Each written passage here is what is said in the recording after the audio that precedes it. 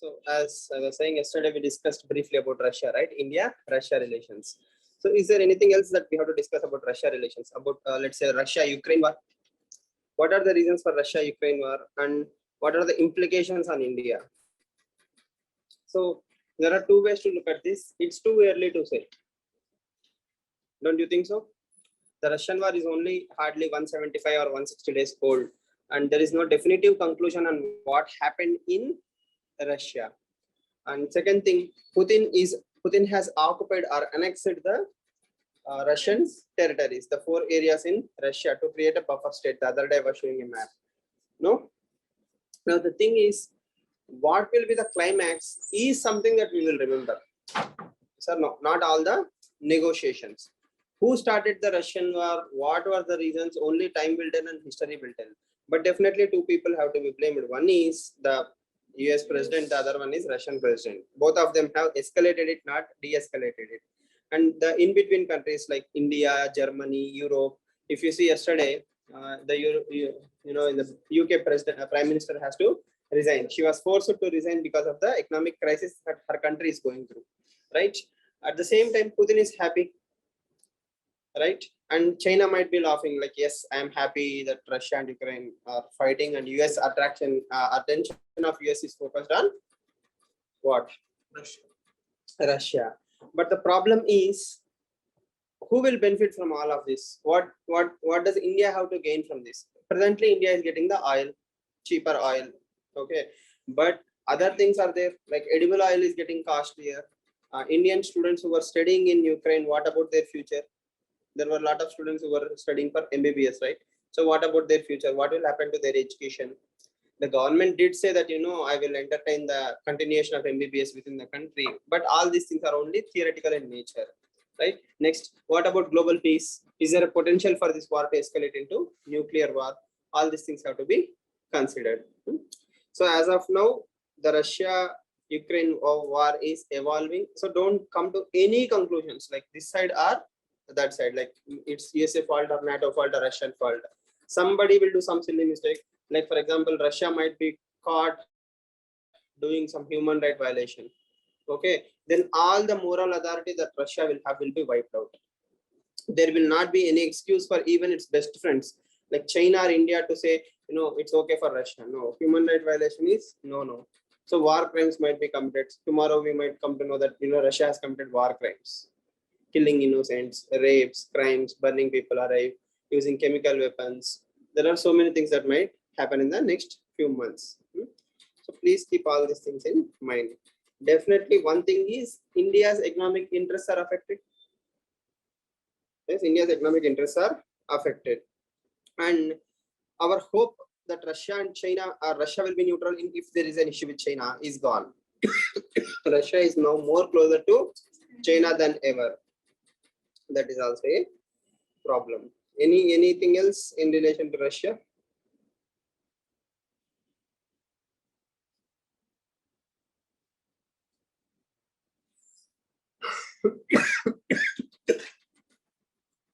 What are the other lessons that we have learned? The other lessons we have learned is it's high time that we move away from Russian dependency. That is a big lesson, right? Like we understood we should not buy more weapons from Russia. Enough is enough. We have to move away from Russia. Even if we buy weapons from Russia, it should be more in the terms of cooperation and co-production rather than import and export, right? Dependency is not a good thing. Co-development is the best thing possible. What else? We recently started 2+2 dialogue with Russia. 2+2 dialogue means closeness. But again, China and Russia are getting closer. So is our 2+2 dialogue actually going to make a difference? That is something we have to see. Only time will tell, right? It's a new mechanism that India and Russia are trying. But we had a time-tested relations. And one more thing you remember is India and Russia are friends from 1971, like deeper friends from 1971. But back then, Russia was a different country. Russia was a powerful country. Now, is Russia a friend or a baggage for India? You helped me in the past. You were powerful. Now slowly you are deteriorating. Okay, you are becoming almost, just a legacy issue. That means because I have a legacy dependency on you, you are my friend. Or else is there a reason for you and me to be friends?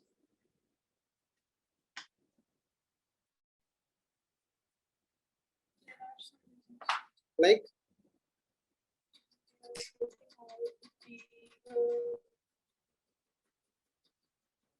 yesterday we have discussed that market so we can get resources through Russia. Okay, we might get resources from Russia. So, okay, apart from that,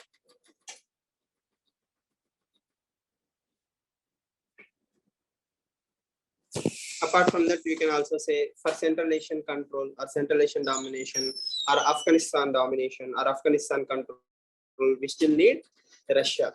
Russia is not totally useless, but if you real politics, that like if you sit and think calmly, Russia is needed for India only in few reasons. One is fossil fuel, the other one is weapons, the other one is in multilateral groupings like SCO, Central Asia, BRICS, and other places. But above all, never ever forget that Russia, no matter how bad it is still a member of UNSC P5 countries. Unless USA and West convinces every other country to kick out Russia from P5 membership, okay, the things will be same. We need Russia. Russia is always a good ally to have. What about Russia-Ukraine war? One hypothetical question. If tomorrow you came to find out that Russia have committed some war crimes, what will you say?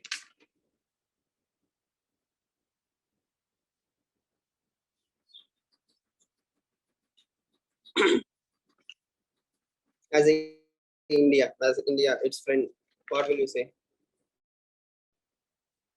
We will condemn Russia, right? Like we have to condemn Russia. If something is, you're crossing a line, then it's okay. So as of now, Russia has crossed many lines. It has occupied new territory.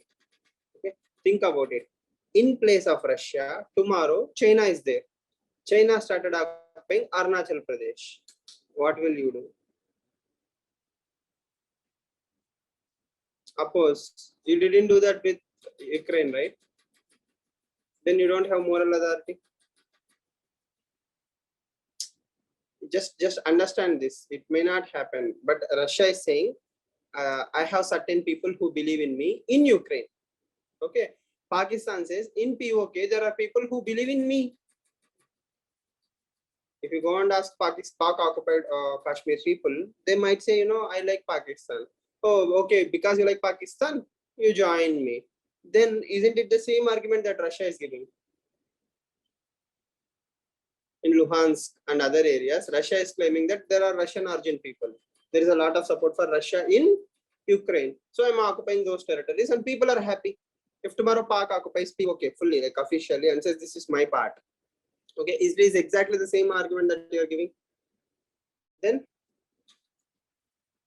all these are moral questions, right? All these are complicated questions that one need to address. And Russia-Ukraine war thought one more thing. Everybody thought Ukraine is a very small, tiny country. It does not have a lot of military power, and the war may not extend or prolong, or it might be a very easy victory for Putin. But as all of you know, it's not that easy. Yes, at the grassroots level, even if Ukraine can withstand so much pressure with the help of American forces or whatever, like American weapons or whatever, don't you think India will also have a lot of military power? India has a lot of military power. It will only escalate into a much bigger war.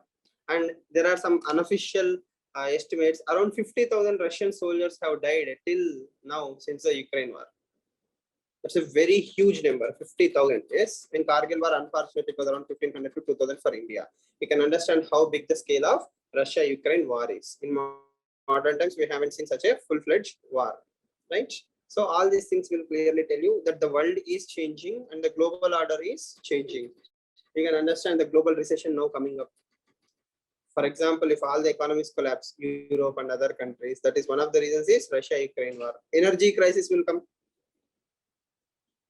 And winter is coming, like both metaphorically and in Game of Thrones style.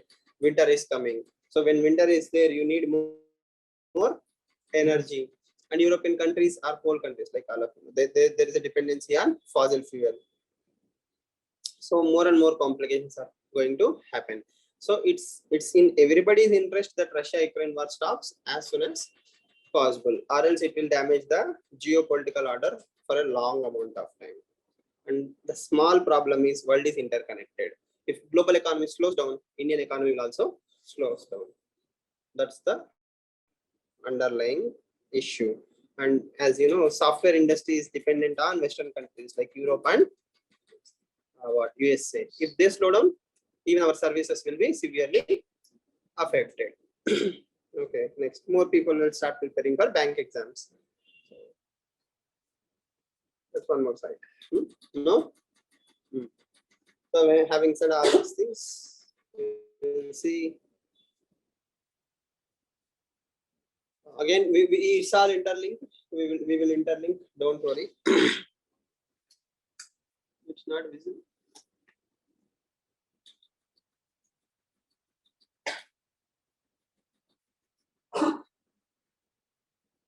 Arctic basis formation.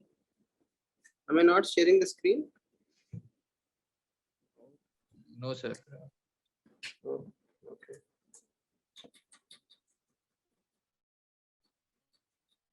Now,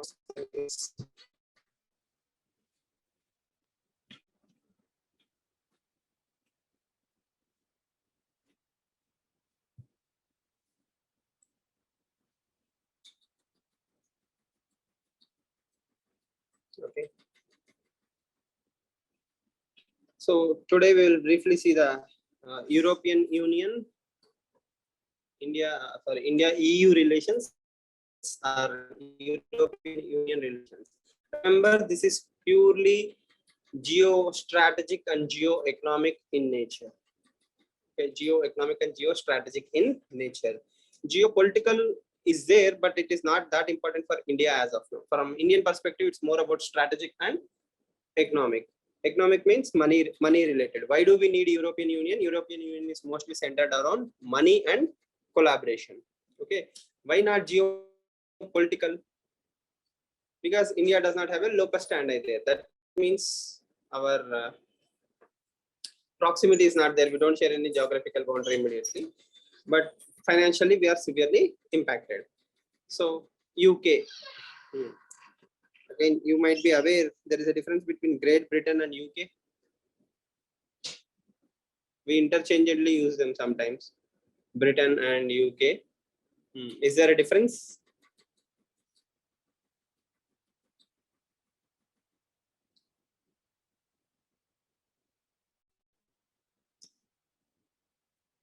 So if you know the difference, that is fine. If you don't know the difference, you try to find out. That is your homework, yesterday homework. Gaganyaan. What is Gaganyaan? Manned mission to space. Space flight.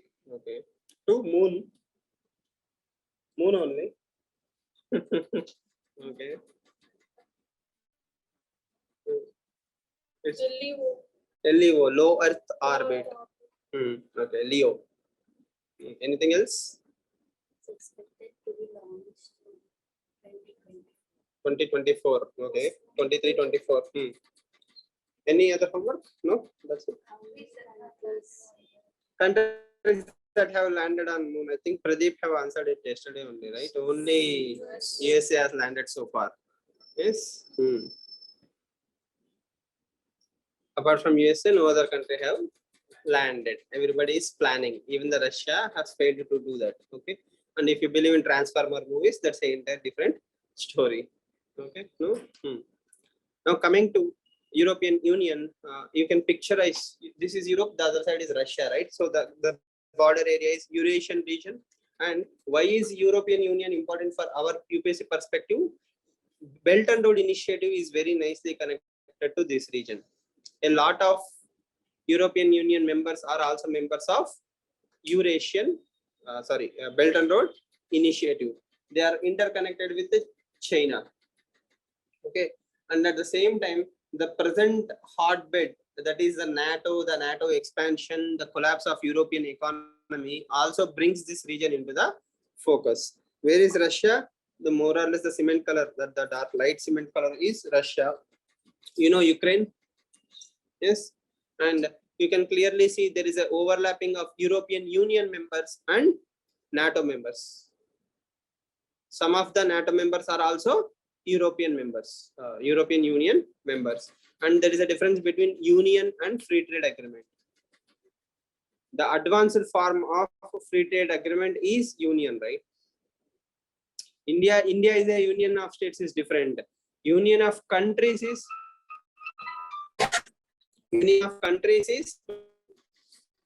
different. So few countries come together to create free trade agreements. We are removing the trade barriers. If you remember the ABCD diagram, is the ABCD. Okay. When all the ABCD decides to interchange everything, that means ABCD is one, no taxes whatsoever between us. All of us are like one country. When combinedly all of us are one country, that is a union. Except for sharing sovereignty, shared sovereignty. Okay. Everything else is shared. There are 19 European Union countries which even share common currency, euro. There is pound, there is euro. Okay. So euro is a common currency. For countries to move to that level is a great achievement. So see, this is something that you have to understand first, only then we can proceed.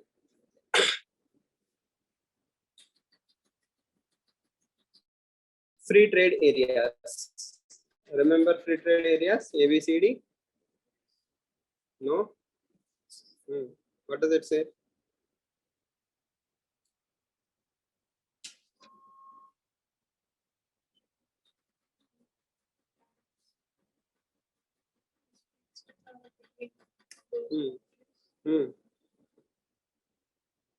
They can have bilateral dialogue for taxes if they want to negotiate. But overall, the tariff should not be violated. So between members, there is no tariff. That means self-explanatory. No external tariffs. What is no external tariffs?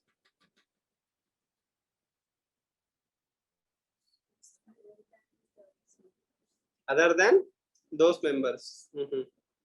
Okay. What changed from free trade area to customs union?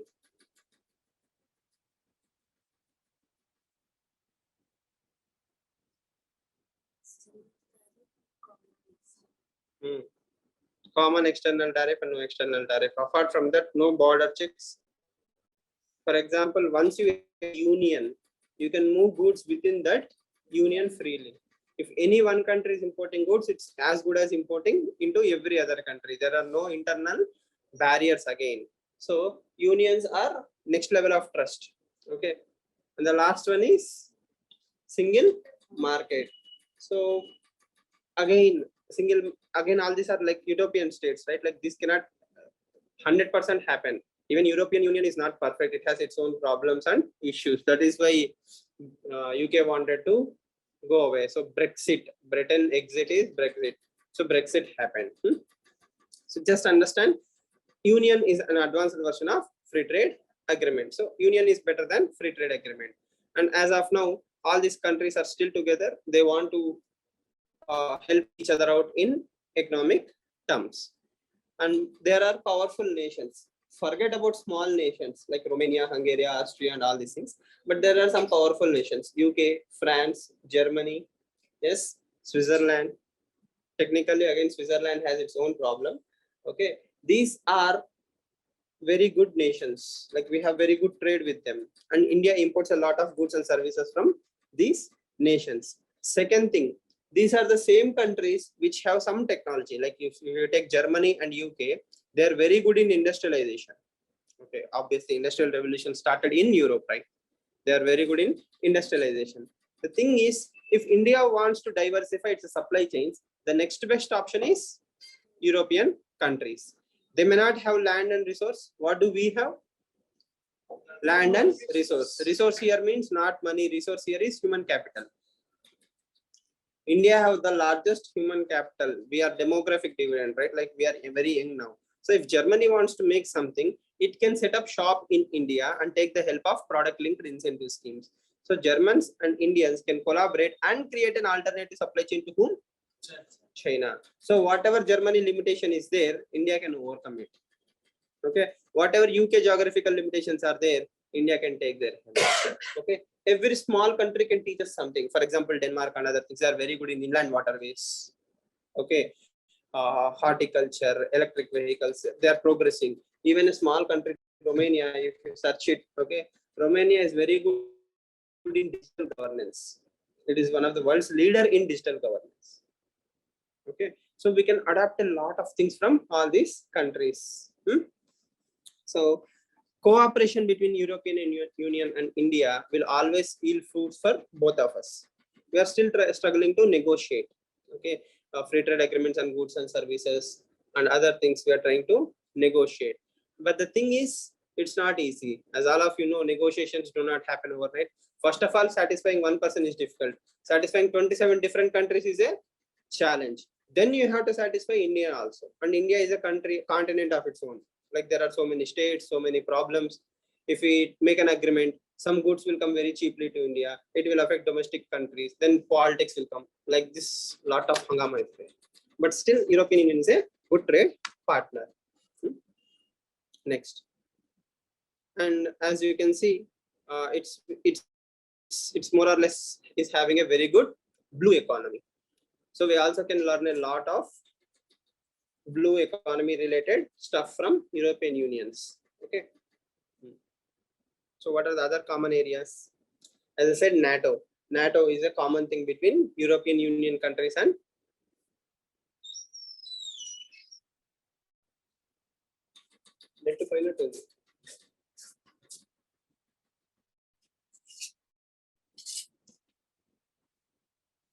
common area between Europe and what?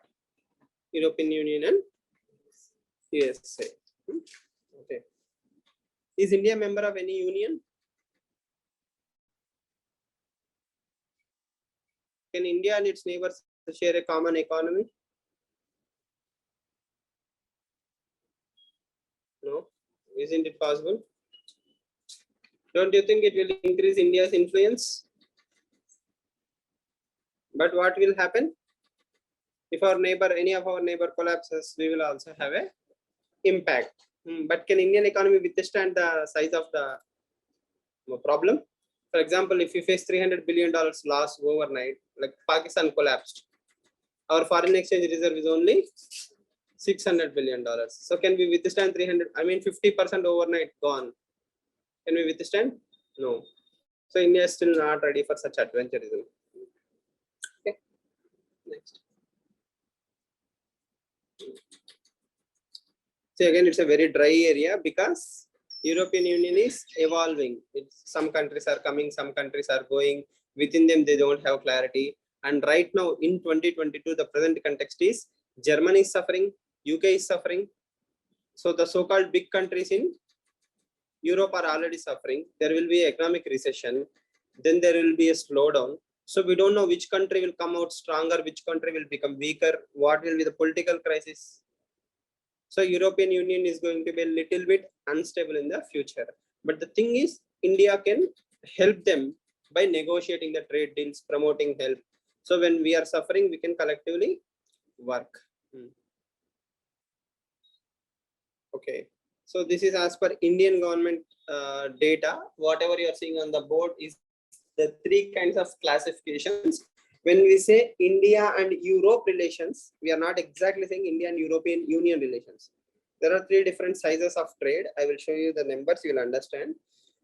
There is a 27 country European Union. Okay, then there is a 4 country European Trade Association, Free Trade Association. Then other European countries which are not part of anything else. Okay, 3 different classifications. Combinedly, we have over $110+ billion of trade. But only with European Union, we have a limited amount of trade. Limited in the sense, still very good amount. But remember, out of 120, Only around 80 is from European Union. Other small countries also play a huge role. Okay. So if you go to Ministry of Commerce, this is the classification that Ministry of Commerce is using as of today. European Union, 27 countries. We don't have to mug up the 27 countries, but remember which are the most powerful countries in European Union. As of now, if you see the 27, which is the most important country?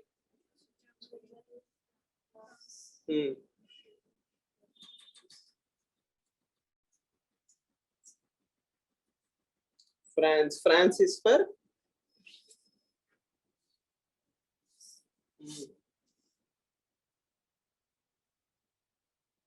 France is for what? Weapons. Then Germany is for Germany is also for technology. What about Italy?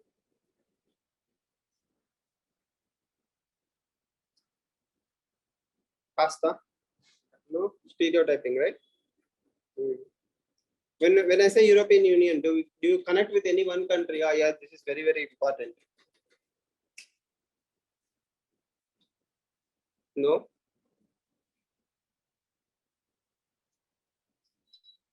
Is France a P5 member? Yes, sir. France is a P5 member. So obviously all P5 members are India's best friends. We have moved from P5 plus approach, P2 approach to P5 plus 2 approach, if you remember. We stopped focusing only on USA and China, and we started focusing on all the permanent members also. So France is very, very important to India. Okay. Now we will see the trade numbers.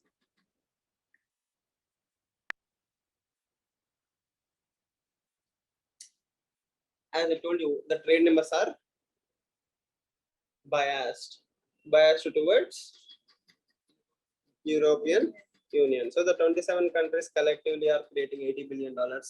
Okay, whereas free trade is having only $20 billion, whereas other countries are having $18 billion. Irony is we have more deals with the other European small countries. If you see that small countries, Albania, Bosnia, Macedonia, Turkey, UK is not a small country, but we have collectively more trade with them than with Russia. Yes or no? We have only 8 billion trade or something with Russia, but whereas European countries are doing more trade. And also remember, these countries have much better trade with China. The same groupings have much better deals with China. So if we diversify the supply chains, bring them to India or ask them to make in India, then we will have more economic integration. Okay, next. Collectively, the Europe trade is $120 billion. Collectively, entire Europe trade is $120 billion. It's as good as USA. Almost as good as USA. So trade wise, USA and European countries are almost equal. Okay. Next, the last point is India is on an average doing 680 to $700 billion of trade with the world. Okay, collectively with all the countries, everywhere we have a $700 billion trade. Within that, whatever the Europe share is around 17.4%. So Europe and USA are collectively very important to India's trade. Okay. Again, please be very clear. Trade here means both imports and exports. We are not saying, whether we are surplus, we are in the losses and all those things. Because again, with every country, we have a different number. That kind of triviality is needed for us. With some countries, we have trade surplus. Collectively, we have trade surplus in some areas. So you get the picture. Can we expand our trade? Yes. For idea's sake, I think China with the Central Asian countries, if you remember the small Central Asian countries, which are Kazakhstan, Turkmenistan, Tajikistan, those 5 countries are there, right? It has around $80 billion trade with 5 countries. China have $80 billion trade with 5 small Central Asian countries. And collectively with Europe, we have only $120 billion. Collectively with entire Europe, we only have $120 billion. You can understand how much money we are not making or not creating. See, sometimes you have to give up also money. Why? Maintaining that relations is much more important rather than making money.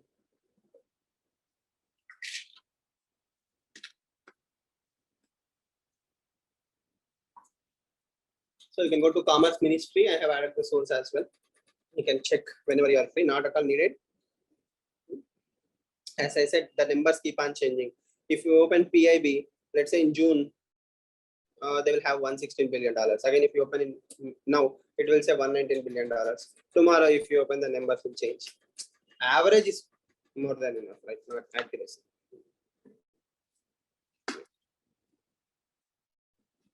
And India and European Union are as of now having good amount of trade, decent amount of trade, and it is creating a lot of jobs, employment, and a lot of Indian companies are dependent on European Union. And we are also working on a free trade agreement with European Union. The target is 2023-24. Now, after Brexit, things have changed. We have to do free trade agreement with the UK and European Union, because UK now is separate from European Union. We have to have two different arguments. But if tomorrow the recession happens, what will happen to all these things? The numbers will come down drastically. The numbers will come down heavily. So that is going to be a problem for India. Don't you think so?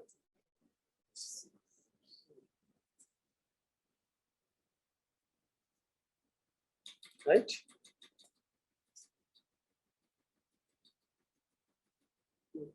So as I said, this particular chart, whatever you are seeing on the board, is the most important thing that you will write whenever there is a question about European Union. If there is a question about European Union, trade is the core benchmark for these countries collectively. Individually with Germany, we can write a different things. For example, recently Germany made a statement against India about Kashmir. Like Germany said, India and Pakistan should solve the issue, okay, and I will mediate. Pakistan has influenced Germany somehow to make that statement, right? But technically speaking, that is India's internal. So Kashmir is India's internal problem, and if there is an issue with Pakistan, we should solve bilaterally. Some third-party country should not intervene. So bilateral relations again will change, okay, with Germany. But with overall Europe, it's more about trade. Second best thing is supply chains. European Union have money and technology, right? India have resources. Combinedly, we can create alternative supply chains. And just like India, European Union also have realized we should not put all eggs in one basket. Yes or no? European Union was more than happy to invest in Belt and Road Initiative and totally depend on China. COVID pandemic created a lesson to European Union. Like we are too dependent on China. We should move away from China. The next alternative again is India. Everywhere it's the same story. And German cars are very famous. Yes. R&D from Germany. Yes. Siemens. Siemens is a German company. I'm not sure Siemens is a German company. I may be wrong, but I will appreciate the clarity. Yes, we are encouraging PLI scheme, product incentive schemes. Next. So having said that, the most boring thing is timeline and charts. No. You need to understand how we came to where we are. You don't have to remember anything, please don't worry. But the simple story is, we started India-European relations way back in 1960s. From 1960s itself, we had a very good relations with European Union. Our colonial masters, obviously we had relations, right? 200 years plus relations. Again, as I said, don't try to mug up the data, but underline the time and understand the timeline, how we evolved. So in 1960s, what did we do? We first started focusing on economic communities. So economic communities automatically spilled over into cooperation in science and tech as well.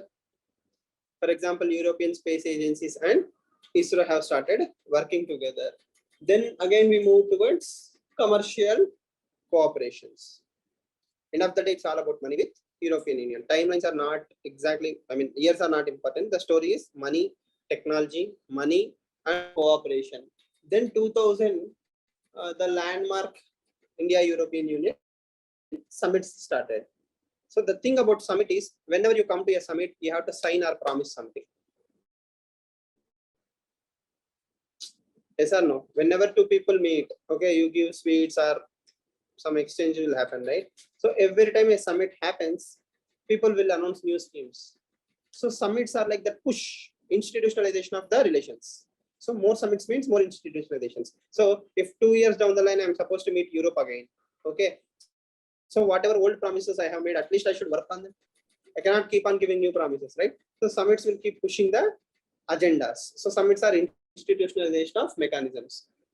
So again, if you see in 2001, we made science and technology cooperation. So either it's money or technology. Why? Technology creates more money, and European countries are good in technological advancements.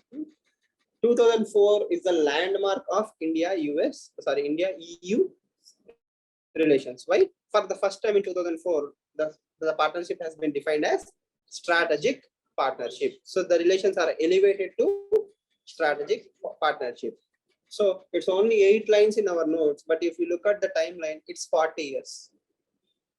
Yes or no? It took 40 years for India European Union to become strategic partners, and 20 more years to reach where we are. Yes, even today we haven't finalized the free trade agreements and other things. We are still talking. Next, in between we have done some adventures. Yeah. Then we move to other areas of India's interests. One is maritime cooperation, because as you know, the European countries have good naval capabilities. India also needs naval capabilities. So maritime cooperation has been signed. In 2022, we see the benefits, right? For example, more trading is happening in Indo-Pacific region. France, Germany, UK, and all these countries are interested in Indo-Pacific region, right? Next, energy. Yes, energy. In India is a energy dependent nation. We need more and more energy. Then what we have done in 2007 is also a very, very important thing. We are still negotiating the same thing, only 2007. Broad-based trade and investment agreement. Broad-based trade and investment agreement. As the name says, it's a very broad-based trade and investments. It's like an agreement. It's like, you know, CEPA, comprehensive economic partnerships. We will touch a huge amount of areas and we will do trade in all those areas. So more areas means more money. None of these things have been finalized. We are still working slowly. And then again, the same thing, energy, cooperation, environment, water, maritime, the repeated things. But what happened in 2012 is very interesting. How many of you are aware of this 2012?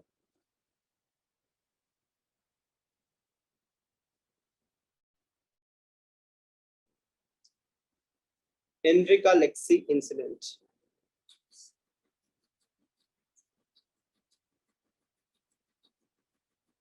Never heard? No? Enrica Lexi.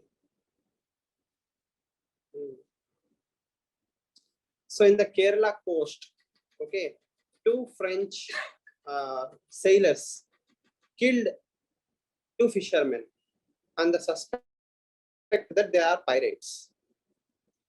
In the Kerala shores, okay, just around, you know, within the 12 nautical miles of India. If you remember exclusive economic zone, that concept, contiguous down territorial waters. So within 10 kilometers or 10 nautical miles from Kerala coast, 2 sailors were in a boat, okay, and a fisherman ship was coming, and the sailors have shot at 2 fishermen, right? So India have claimed that they have murdered the fishermen and they should be punished in Indian court. Why? It happened in Indian waters.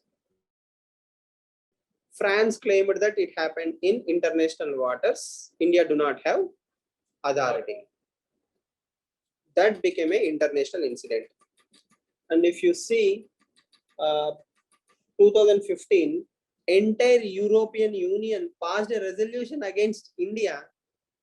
So that is like a pressure on India financially to let go of Enrica Lexi case. Okay. If you ever have a time, okay, you can create an entire timeline of Enrica Lexi case. It is one of the cases which should bring shame to Indian executive and judiciary. Right? We created a huge drama and fooled ourselves. Okay. The owner of the shipping company, he promised around 2 crore rupees or something to both the fishermen families, and the boat owner family will also get, I mean, he was not dead, but boat owner will also get certain amount of money. And let's compromise. Okay, see, it's a benefit of doubt, right? The soldiers did not kill intentionally. They thought they were pirates. Okay, wrong is wrong, but somehow they were willing to settle it. And the thing is, fisherman family was also okay to settle the issue, because for a poor fisherman family, it's a huge amount of money.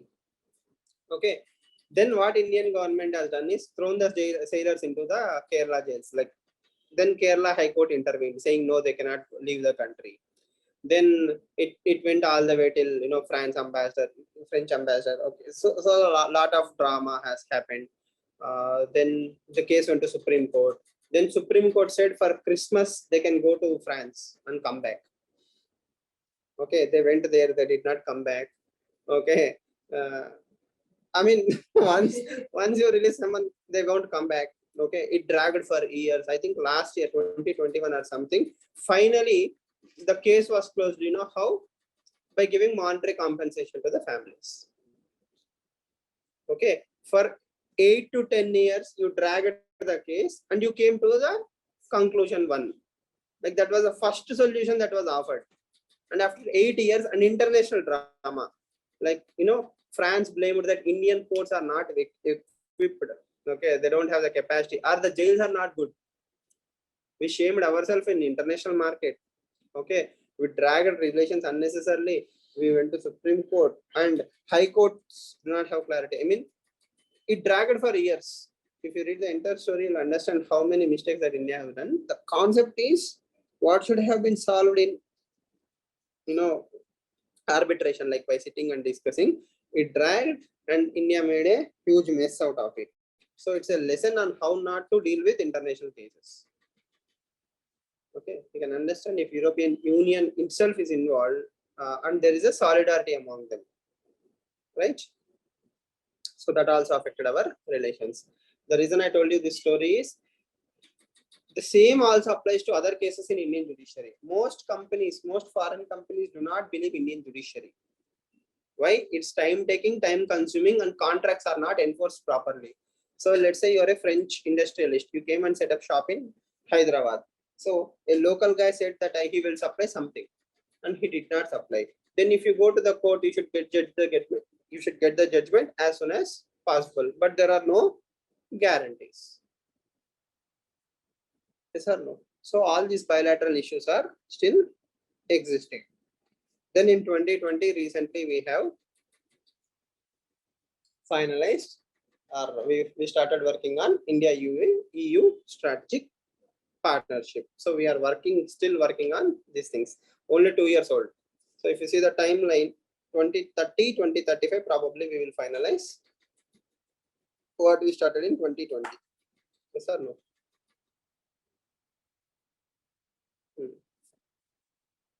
So what are the common areas of cooperation? Maritime, trade, technology, energy, climate change. Okay.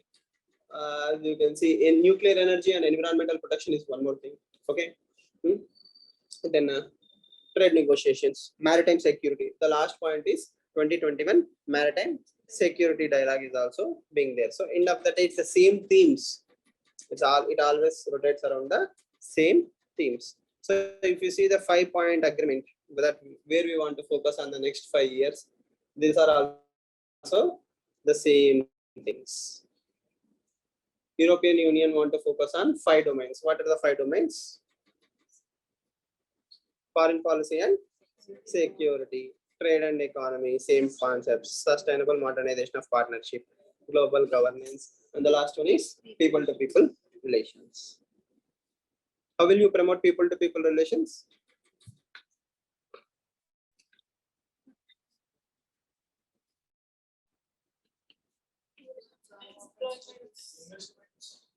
Employment, tourism, okay, removing trade barriers, making things very easy. To a European company can start discussing with the Indian startup, they might promote more. Okay, you should make it as easy as possible for people to start.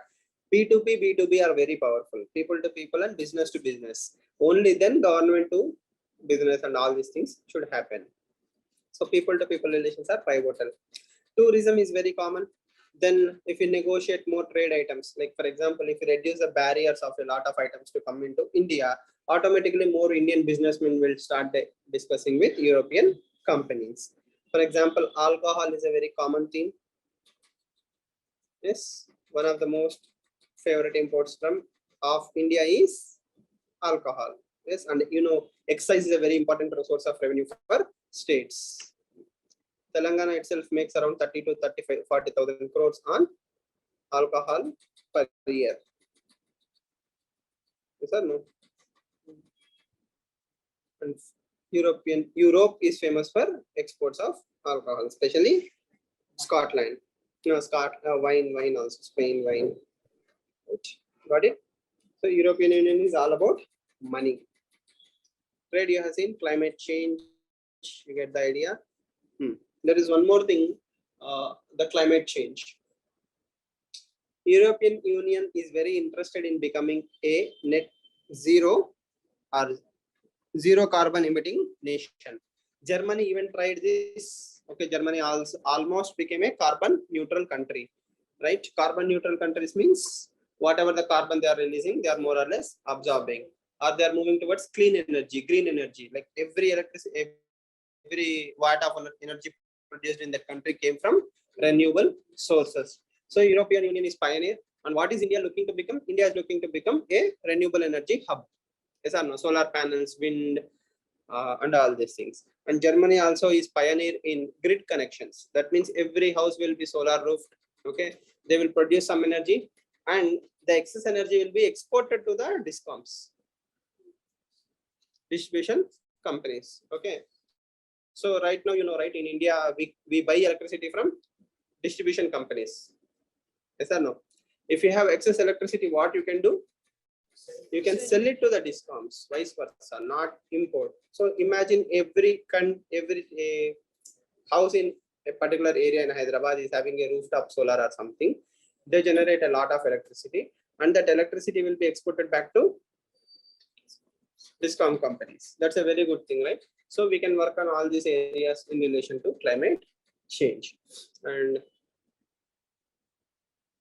as you can see, the second point,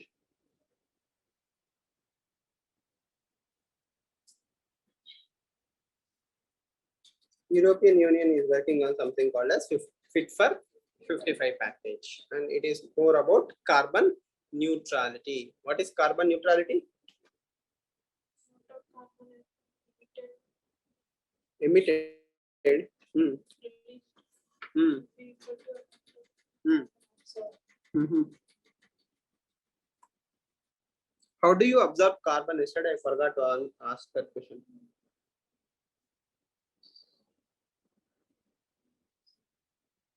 What is it called as?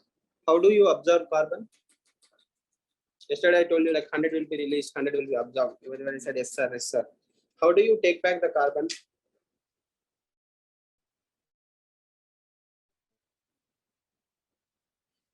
Even Amrish Puri is not there, right? He cannot call back. If he was there, he would have called it back. How do you call back carbon?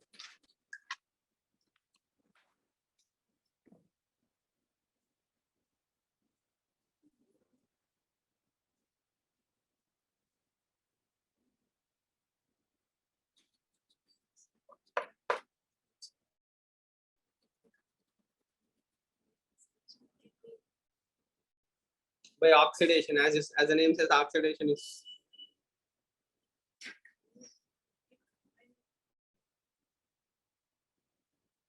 compensating with alternative methods like afforestation. Afforestation leads to carbon absorption.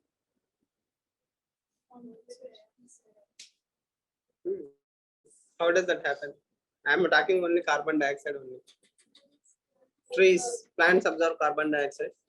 According to certain WhatsApp forwards, cow inhales carbon dioxide, releases oxygen. No?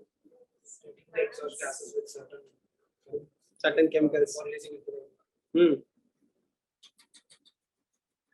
Before releasing into the environment itself, carbon dioxide. application of BS6. Application of BS6 vehicles. BS6 technically limits. It again reduces, right? It reduces only. Okay. What about the released carbon? So there are greenhouse gases. Then carbon is the base of greenhouse gases. So how the question is, how do you absorb carbon? What is that method called as? What are some carbon capturing methods? Ever heard about these terms? Carbon capture methods. Some of the clean coal techniques. Clean coal techniques. Is anyone online? Are you aware of any carbon capturing technologies? You need permission of her. It's not related to chemistry. It's not related to chemistry. Okay. Periodic table is It's not related to chemistry, sir. okay. She will beat you today, Pakka. I understood that much. You have a will? No? Write down. She's very angry right now. Yes. Drink water. No?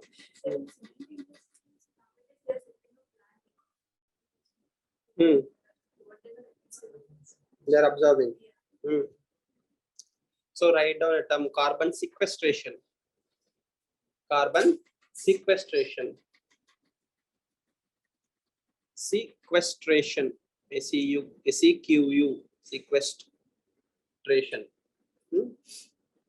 So what are the various types of carbon sequestration methods that you can think of? Try to find out. Okay. And in industries, effluent plants, yes. Okay. Carbon capturing. The carbon capturing happens in a lot of ways, as you were saying, in coal industries, cement industries. You can try to set up carbon absorption plants, but it is not the same as carbon sequestration, right? You have to completely remove it from the atmosphere and send it back. For example, pumping carbon dioxide back into coal mines is one format, or liquefaction is one more way. Or recently, in some European country, world's largest carbon sequestration plant has been set up with the help of Bill Gates or Melinda Gates in foundation. So, but none of these things are as efficient as nature. Nature is the most efficient way of absorbing the carbon, right? And there is also a problem if oceans also absorb a lot of carbon. If more carbon is absorbed by the ocean, they get warmer and warmer. So warmer means more sea level rise. So there's a lot of problem. So carbon capturing is not easy. It's very, very costly thing. Okay. Next. And one more thing, that these are all prelims keywords. Like for example, fit for 55 was recently seen in the news related to diabetes. Okay. Yes. Non-communicable diseases, climate change, etc. So in our brain, fit means fit for 55. Okay. At the age of 55 also we should be fit. It is related to non-communicable disease. So option B. Okay. That is exactly how you will think in the prelims also. So to avoid all these traps, okay. Yes. To avoid all these traps, you have to remember these things. Next, at the same time, carbon border adjustment mechanism. This is something that you have to remember. CBAM. Carbon border adjustment mechanism. What is that mechanism? It's a very ingenious way to discourage companies to set up shop outside European unions. So look at the last line.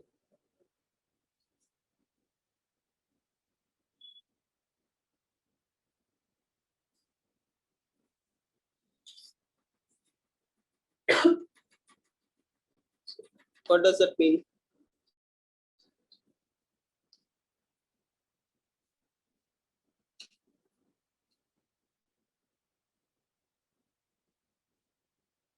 Responsibility has been on the countries which expose the rules. You are trying to impose the moral obligation on those countries. Like, for example, you also have to use clean technologies. Let's say in Europe, a bottle has been manufactured using clean technologies. Okay, carbon footprint is very less, but the cost will be high.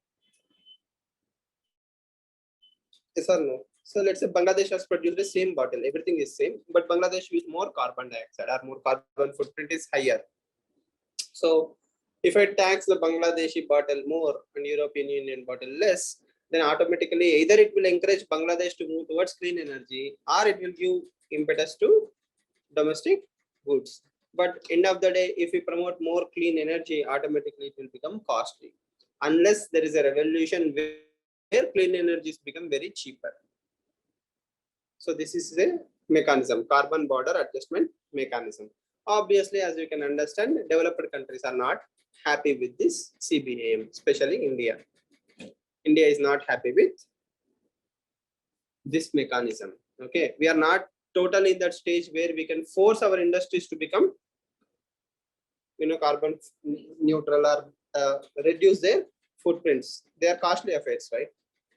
If we have to move towards see common sense. For example, imagine Hyderabad Metro. Hyderabad Metro runs in clean energy. It's an electric vehicle, right? Like zero emission. All the Hyderabad Metro is zero emission. But where is electricity coming to Hyderabad Metro from? It is coming from coal power plant. So somewhere somebody is burning the coal and that energy is coming to Hyderabad Metro, and Hyderabad Metro is clean energy. Either you can be happy that Hyderabad Metro is clean, or you can cry that it's coming from coal. But the target is, if we move to solar panels one day outside Hyderabad, if we set up a solar power plant where all the energy to Hyderabad Metro only comes from solar. So sun gives the energy, solar is clean, the clean energy is funding clean transport. Then the entire chain is clean. Yes or no? Right now the entire chain is not clean. So you cannot punish Hyderabad Metro for being dependent on brown energy. Yes or no? So slowly we will move, but if you punish Hyderabad today itself, it won't move. But one day it will definitely move towards clean energy. So renewable energy will fund renewable transport. The clean transport. Then the entire cycle is clean. Then one day we will work on e-waste. All the solar panels, the batteries, everything is e-waste, right? So we'll try to process that e-waste also. So slowly we will move into that direction. Okay. And right now, for example, the solar panels are also very, very inefficient. Highly inefficient. With improvement in technology, it will also become efficient. One day we are moving in that direction. So world is moving towards renewable energies. That has to happen before 2015. After 2015, does not make any difference. That is what we call as a tipping point. That is what we call as tipping point. So this is something that was given way back in 2008. Tipping point concept came in 2008. Tipping means once you cross a line, there is no coming back. Okay, it only took us 15 years to understand the tipping point concepts. Even today, we are moving in a very bad way. Next, what are the challenges between India and European Union?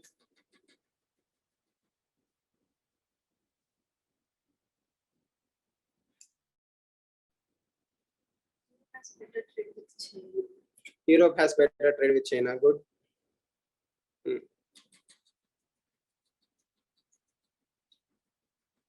As if you remember Jaishankar's very powerful statement. What is that statement? Those problems are not global problems. Europe thinks that European problems are global problems, whereas global problems are not European problems. But in reality, European problems are only European problems. It is not. It is no longer the leader of the world. Okay. So European Union is heavily dependent on Russian fossil fuel. Nord Stream 1, Nord Stream 2. There are two gas pipelines where Russia gets oil from. Europe gets oil from Russia. Especially Germany is heavily dependent on Russian oil. Okay. Right now they are facing some crisis there. But at the same time, India is getting Russian oil. They have a problem. Okay, you cannot have two moral signalings, right? Like you can buy oil but I cannot buy oil. That is hypocrisy. Either none of us should buy oil, or you should not have a problem if I buy the oil from Russia. Second thing, Europe wants India to blame Russia, but India is not blaming Russia. That is also one more problem.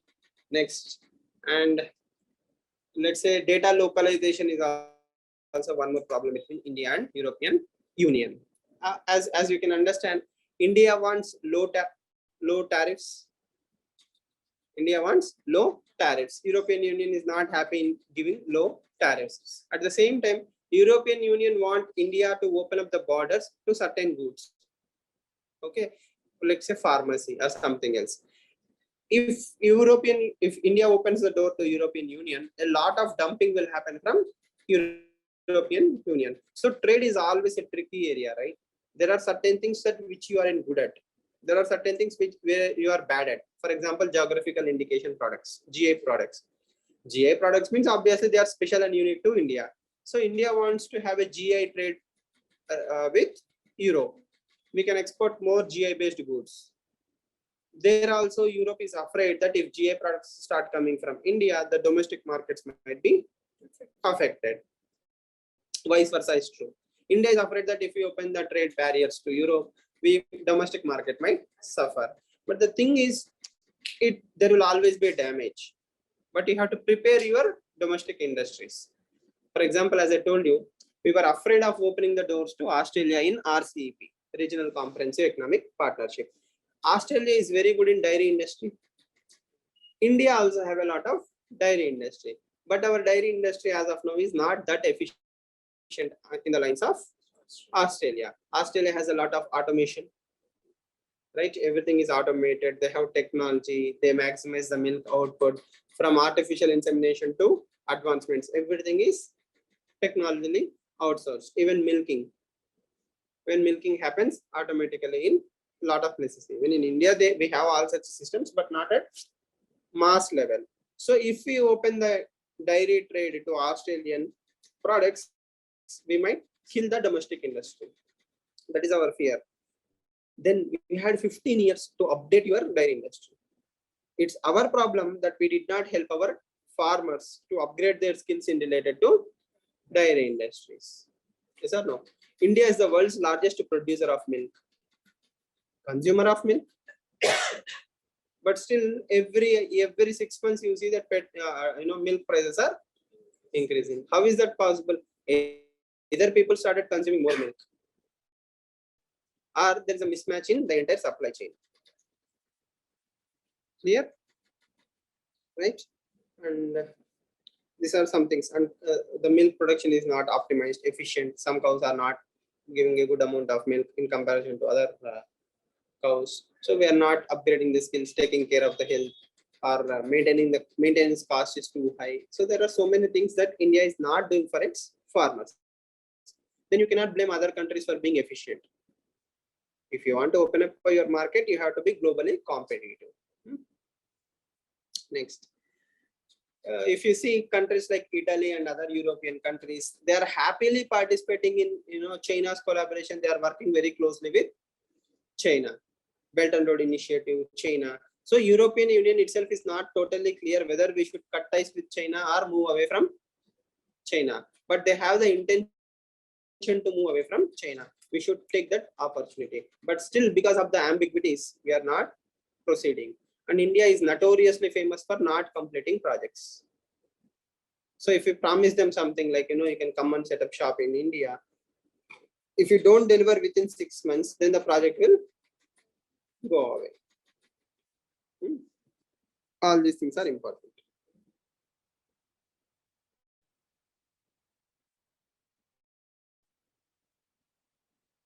Anything else?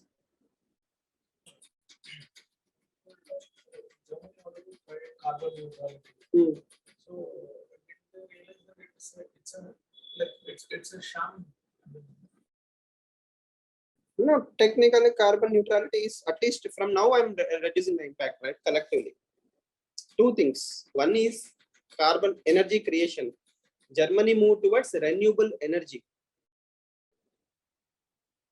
Okay, Germany is not moral signaling by saying, I'm absorbing the carbon. Germany is saying German carbon, renewable energy. That means 100% of electricity is coming only from renewable sources. So whatever I'm creating from now is more or less safe.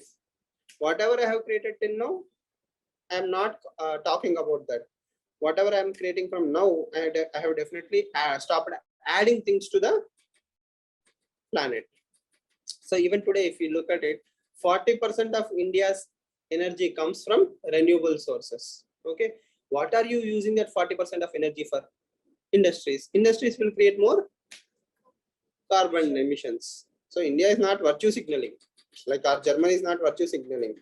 All they're saying is we have moved towards renewable energy. It's cheap, efficient, and at least we are not adding more carbon to the to the entire climate mix from producing a fuel. Okay, I hope you got the difference, right? But they're importing from Russia. Russia. So that is what happened when Germany moved towards this renewable energy. There is something called as a concept called as peak load. Peak load. That means in the cold or something, you might need extra energy. Okay, extra energies come from coal. If suddenly you need, let's say 100 watts or 100 gigawatts of energy, you cannot create from renewable energies. You only can burn more coal and produce more electricity. And the transition has to happen slowly. By closing down the coal plants and all these things, they were trying to say, okay, we can manage. If there is a need, we can burn the oil. But now that oil is gone, they're again reopening the coal plants. And also, they're specialists in this grid electricity. Hmm. So we are doing something called PM. So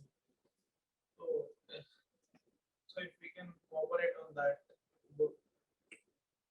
Technically, that is what India is trying to do, right? PM Kusum is the grid connections. Even farmers can export their electricity to discom companies. If we can use their own expertise in Maybe we will be definitely be collaborating, right?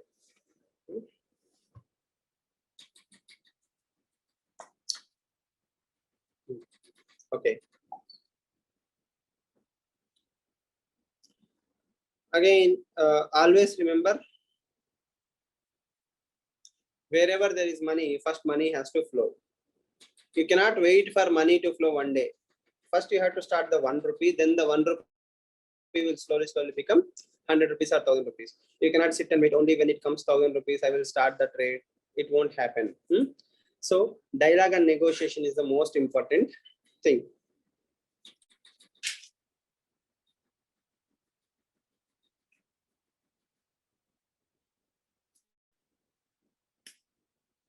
And Germany is also very notoriously famous for its privacy rights. Sorry, not Germany. Europe is very famous for its privacy rights. For example, websites, data localization, and all these things. Germany encourages privacy a lot. Europe encourages privacy a lot, but India is still not yet having data protection bill. So Indian startups are not totally able to leverage the European users because of our lack of data protection bills. Next, when it comes to trade, we should negotiate and complete the trade deals. So the sooner we close the free trade agreements or trade deals, automatically the benefit for India. What else?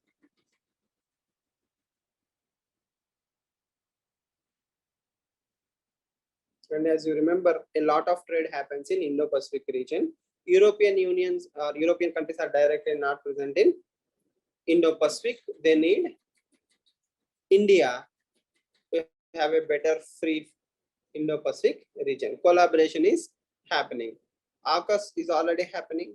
Apart from AUKUS, France and Germany are also interested in Indo-Pacific region. More European partnership in Indo-Pacific means better for India. More collaboration, more free trade agreement, better for India. More industrial technological transfer, better supply chains. So more supply chains, better for India. So technically, combinedly, European Union and India can replace China as an alternative source of technology for the world. So each are important for, both are important for each other. Europe is important for India, India is important for Europe. This is all theory. In reality, Europe is very closer with China also. So we have to cut that connection and make it alternative. Okay. If you go back to B3W, PGIA, it will make more sense if you still remember them. What will PGIA do? It will develop infrastructure in what countries? Developing countries. So European Union have more access, more connectivity, more trade. So it's like an alternative to BRI.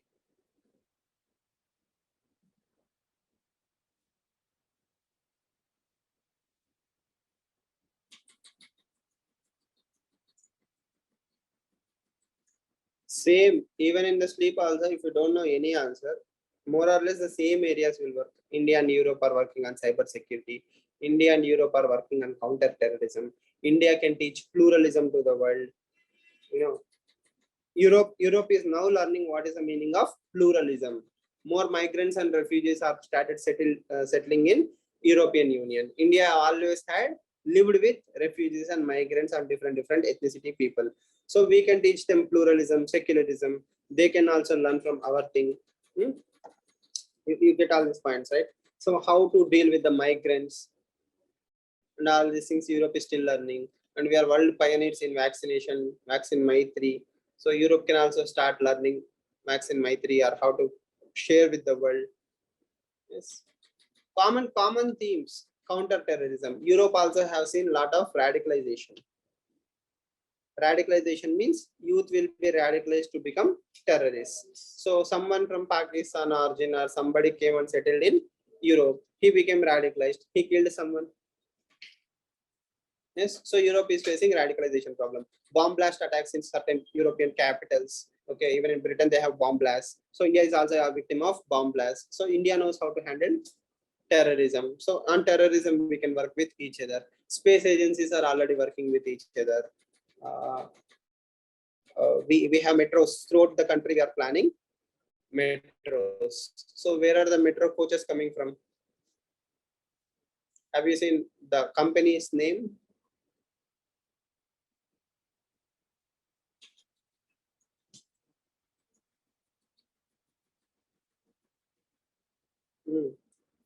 Delhi Metro is Bombardier company. It is a German company, right? So there is a lot of collaboration in clean energy transfer, technological transfers. With common sense also, if you sit and think, okay, what are the common parameters? Trade, defense exports are happening. Yes, we have a good trade with Europe. Economy, free trade agreements, goods and services. A lot of Indians work in Europe. Thanks, Amma. Europe, right? Like you get the themes, common themes. You don't have to work very hard, but remember the macro theme. Like it's more about money. Then most important of all is diaspora. Okay, especially when it comes to USA and West, we have a lot of diaspora. Okay, diaspora means people, right? Like if you go to France, Indian origin people are there. Europe, Britain. For example, during the farmers bill, Britain Parliament was discussing Indian farmers bill. We can understand how powerful the lobbying is in Europe. Yes, in Canada, in Britain, lot of people from Punjab area have settled there. They are very powerful. Hopefully, the next Prime Minister of Europe will be UK will be from Indian origin. So things are changing in India's favor. We can have better relations. And a lot of Indian students go abroad to study for higher education. People to people relations will develop. All that will work in India's favor. These are some things you can read on your own. But the thing is, when you see them on the newspaper, you should put it under that basket. Okay, India European relations. Something happened, India European relations. Anything of that sorts in the last 1 week in newspaper?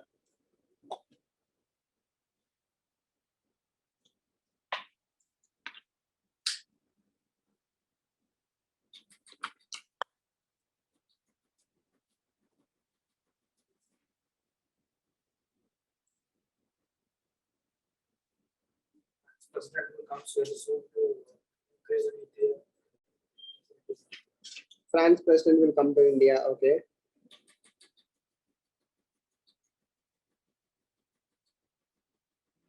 G20 presidency. India will take over G20 presidents.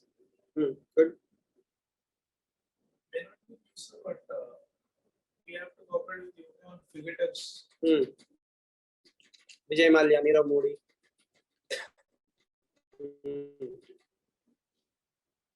Also, there was issues with GM crops. They were reluctant to import. Very important GM oil. Food. Okay. They have higher standards of labeling and all these things, right? Like if we are exporting mangoes or something to European Union, they are saying the mangoes are sprayed with some chemicals, pesticides or chemicals for ripening earlier and all those things. So all these are trivialities. Again, as I said, important but not like game changing. If you want to find out what are the issues, you can find them. Then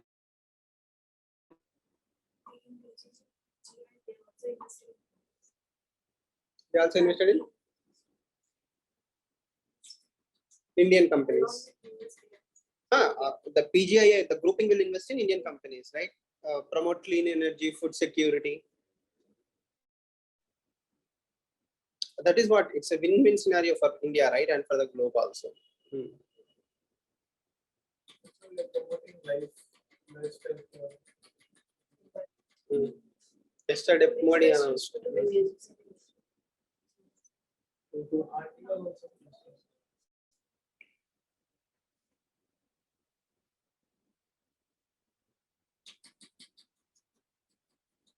Anything else in the news? No, right? It's This life mission or for cleaner energy. Why the GST cost they increase for solar panels and because to previously it promote was domestic industry, right? more emphasizing on the cleaner energy, environment, sustainability. I cannot Big lose money tanks. while you are growing, right? Yes.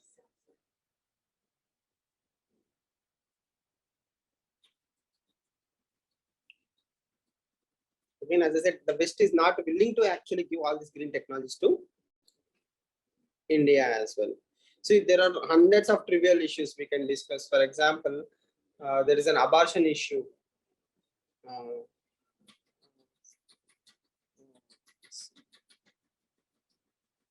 Like Indian origin person died in some European country because she was not allowed to go for abortion in that country. Then the later abortion laws have changed. Okay. While the world is moving towards Roe versus Wade case, where abortions are not having, Indian Supreme Court and Indian government is encouraging to liberalize the abortion or change the things. So everything you can look at it. If you go to GS paper 3 questions, like for example, secularism. How is Indian secularism different from France secularism? The burkini ban. For example, in France, you are not allowed to wear the headscarf. In India, also we are seeing the hijab issue. Okay, so again, as I said, whether to put them under IR or internal security or constitution is your choice. But the thing is, India, France says no public wearing of scarf and all these things in public places. India is also saying that hijab is an issue, right? Comparison of secularism. How is France secularism different from Indian secularism? So that is actually GS paper 2 polity, right? Comparison of constitution, comparison of principles. You can keep on seeing all these things, but whenever something comes, you can push them everything under IR, or at least keep an eye. These are the things that are happening. So if Nirav Modi is hiding in UK, then there is a issue between India and UK. We have to get them back, but they are also cooperating. So you can put it under positive tone or negative tone. Right? Yeah. Right.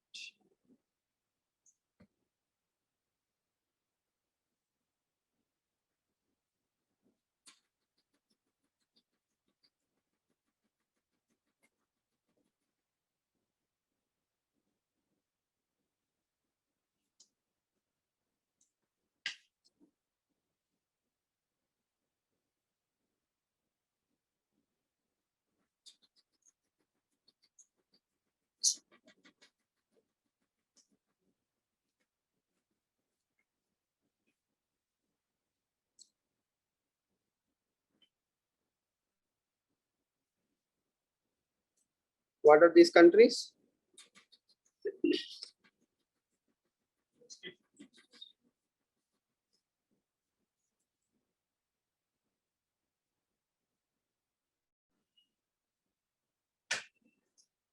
What? Specialty ఏమన్నా ఉందా? They are called as West Asian countries. Where is Israel?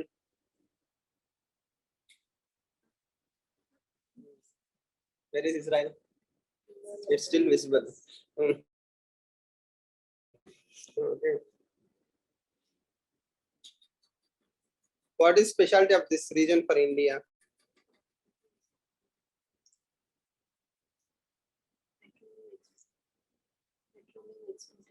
Petroleum exporting countries. Okay. Apart from that,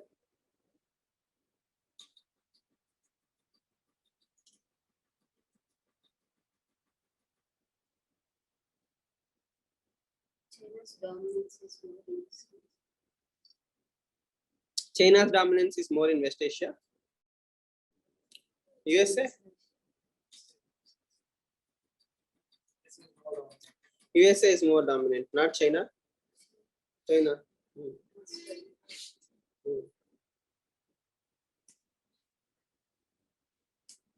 Where is India? Is India in this map?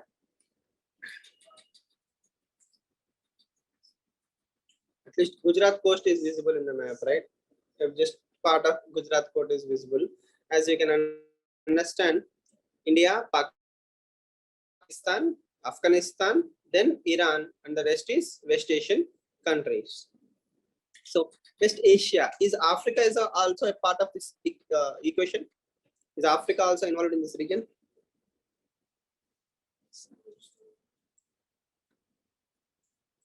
No. See, this is that junction of the world where everybody fought for, right? Like you can literally connect the three continents more or less using this entire map: Africa, Europe, and Asia. So this is like a hotspot.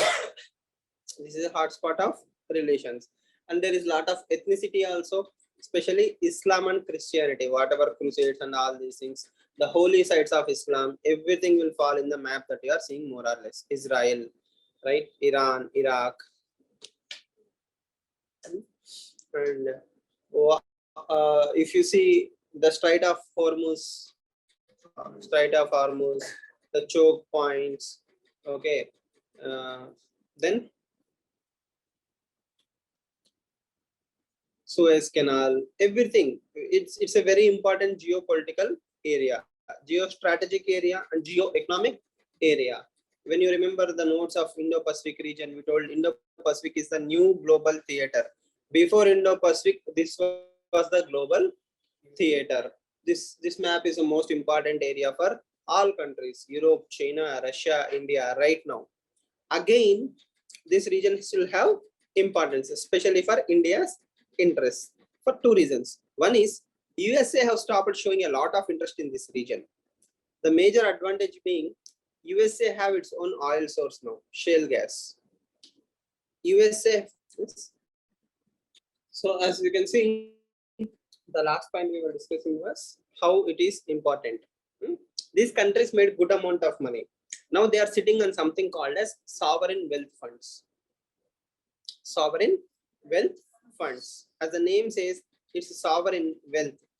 Huge amount of funds, billions and billions of dollars of money has been made by these countries. And they are keeping it in a locker. They have huge amount of money, they don't have resources. Who have resources? India have resources.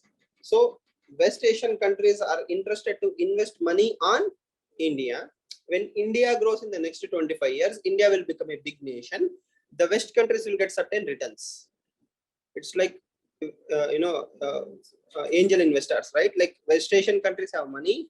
India needs money and industries. For example, Saudi Aramco, one of the largest oil companies in the world, the largest oil company in the world. Aramco and Reliance are doing a trade deal.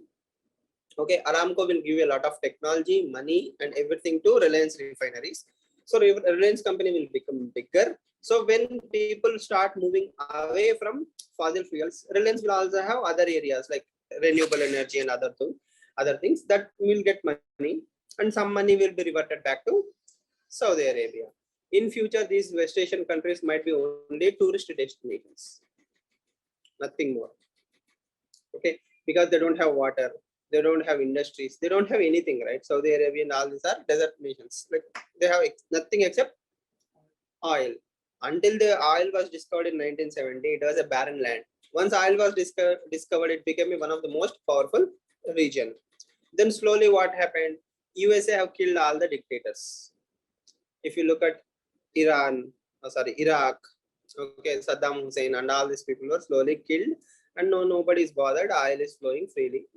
Like it's okay. America is the biggest buyer of oil. America went away. China is moving towards renewable energy. India is moving towards renewable energy. Other players like Iran is there, Russia is there. If we discover oil in Arctic, that oil also will come. So oil is not the only reason why we need West Asian countries.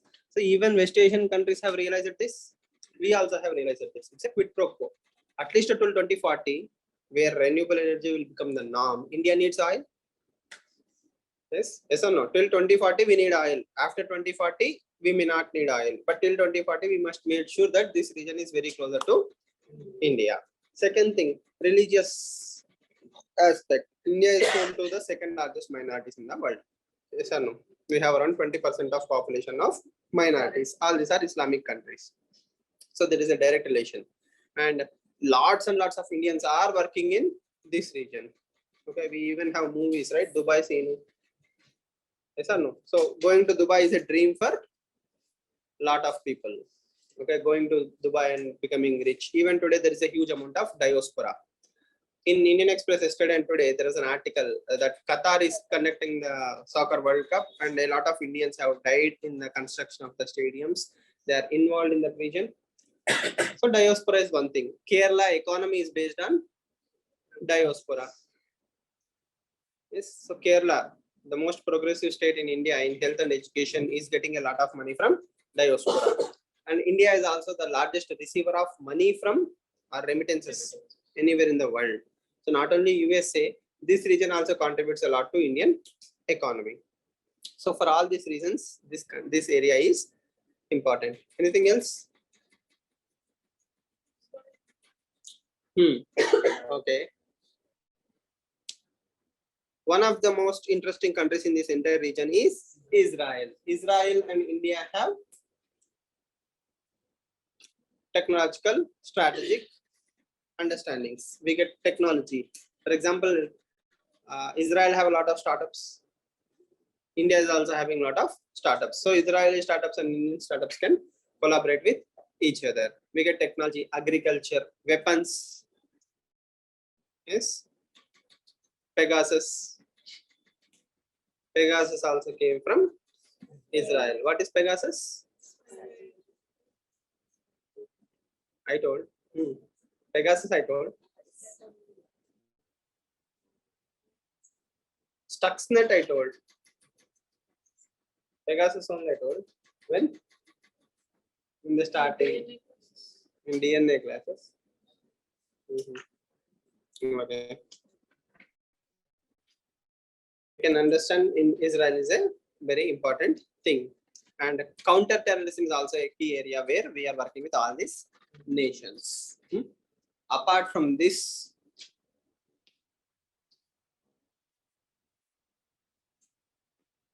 Iran is important for our energy security. We recently conducted a CPE, a comprehensive economic partnership with UAE also. Okay, every country has its own importance to India, at least for tourism and other purposes also. Turkey is very famous. Yes. Then coming to I2U2. Okay. Then lastly, we come to something called as West Asian Quad. That is not the official name. The official name is I2U2. Who are I2U2? Israel, India, UAE, and USA. Okay. So for you to understand that, you also need to understand basic West Asia, then Abraham Accords, then lastly I2U2. First is West Asia, then Abraham Accords, ACCORDS Accords. Then comes I2U2. If you go back to the stages of Indian foreign policy that you have written long ago, in 1991, during PV Narasimha Rao time, we started diplomatic relations with Israel. So 1991, we planted the first seed. In 2014, after Modi became Prime Minister, again in your notes, you wrote a point called as de-hyphenation of West Asian policy. Okay, Israel and Palestine have been separated. That means the Arab-Islamic divide has been separated, and we treat every country on the interest base, not on religion basis. So the second seed was planted in 2014. In 2021, the final seed is I2U2. Okay, now India is a influencer in this region. India have strategic influence in West Asian regions. Okay, all these things are happening because of two people. One is Israel, the other one is USA. Because we are closer to USA, Saudi Arabia cannot say anything. Because we are closer to Israel, other countries will not say anything. They have interdependencies, and India is using those dependencies. Clear? So write down some points.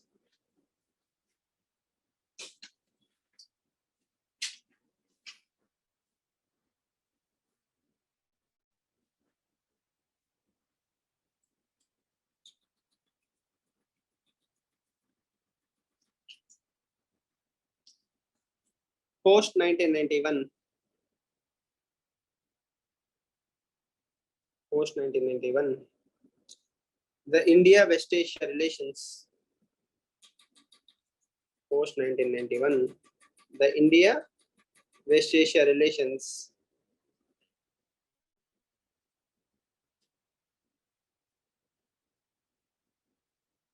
have started improving.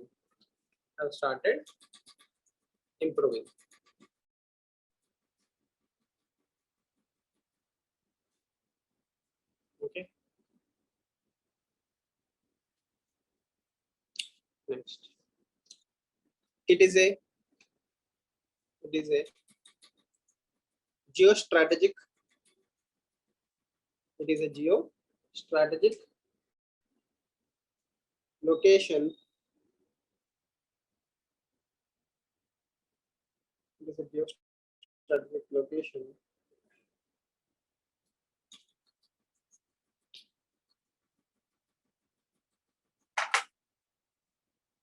to India for energy security, and defense cooperation. For energy security and defense cooperation. Okay. Next. You can understand a lot of oil comes from that particular region, right? India imports 80% of its oil requirements.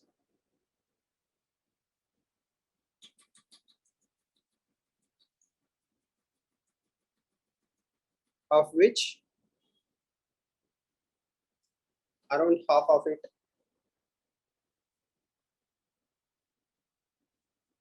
comes from Gulf states.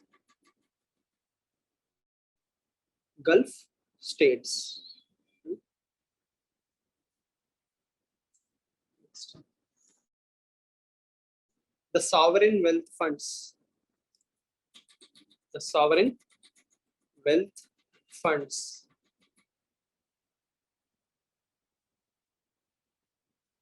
The sovereign wealth funds of UAE and Saudi Arabia.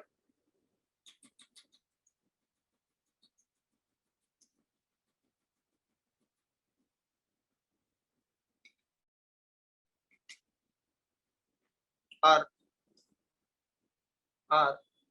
important for India.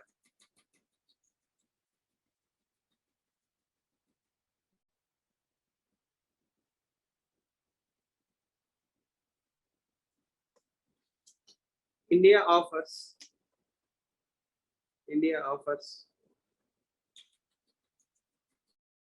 huge investment opportunity. India offers huge investment opportunity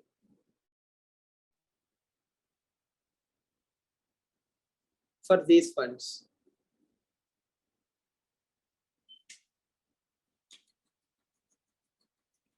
Next. Indian diaspora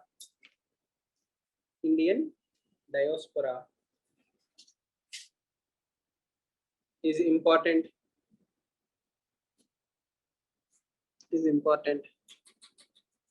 for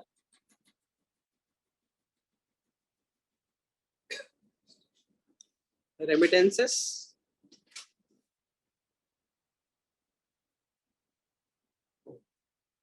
and look west policy.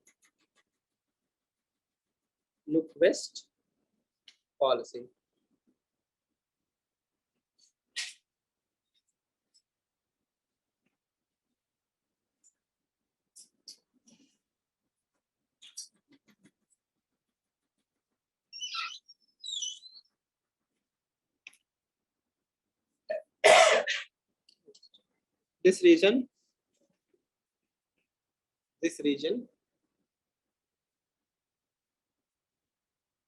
is also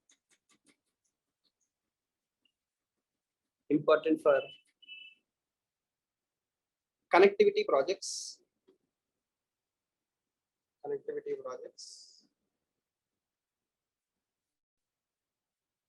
Like Chabahar Port,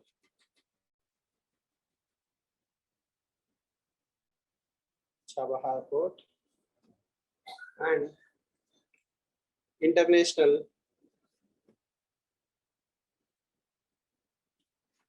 north-south transport corridor.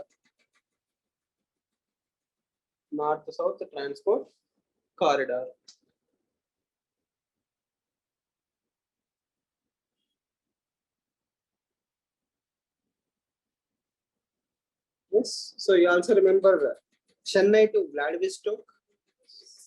Yes. Where is Vladivostok? In the map. Eastern part of It's in the map.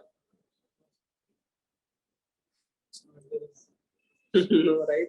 So you can understand how much difficult it is to travel to Russia. Our energy security is very skewed, balanced. But if we have a INSTC, automatically it's a pipeline. Okay.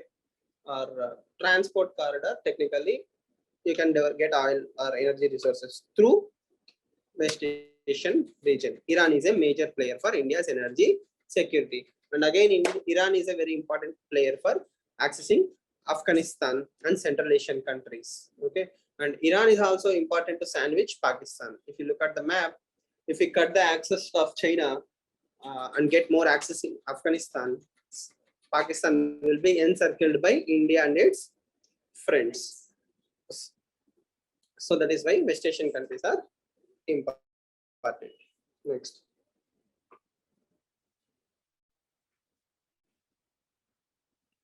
Recently,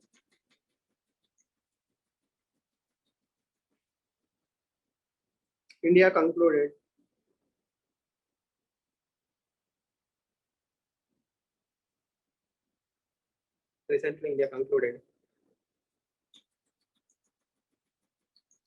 strategic partnership partnership with UAE, with UAE.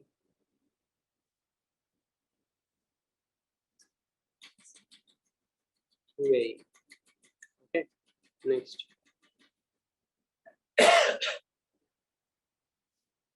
Maritime security. Maritime security and safe passage. Maritime security and safe passage.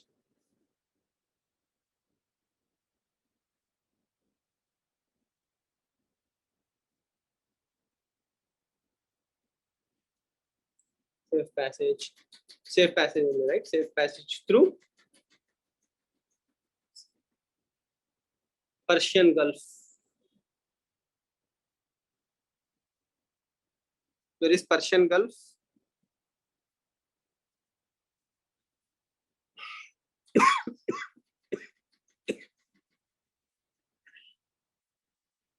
So whatever you are seeing on the board is Persian Gulf. I think you can connect the map, right? Where is Chabahar port? Chabahar port is in Iran. So after you travel straight from Strait of Gulf of Oman, you see Strait of Hormuz. That is a important choke point. Choke point leads to Persian Gulf and connectivity. So this country is United Arab Emirates. This small country is the one which we made comprehensive economic partnership agreement recently, strategic partnership. You should be good in map pointing, right? So where is Yemen?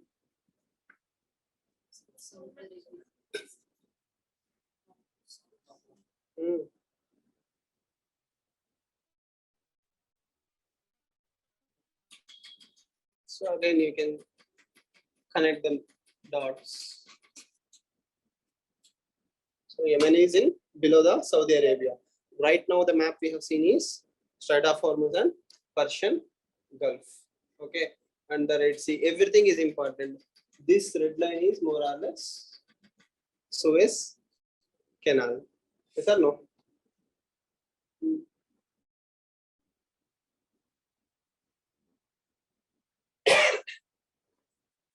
Next.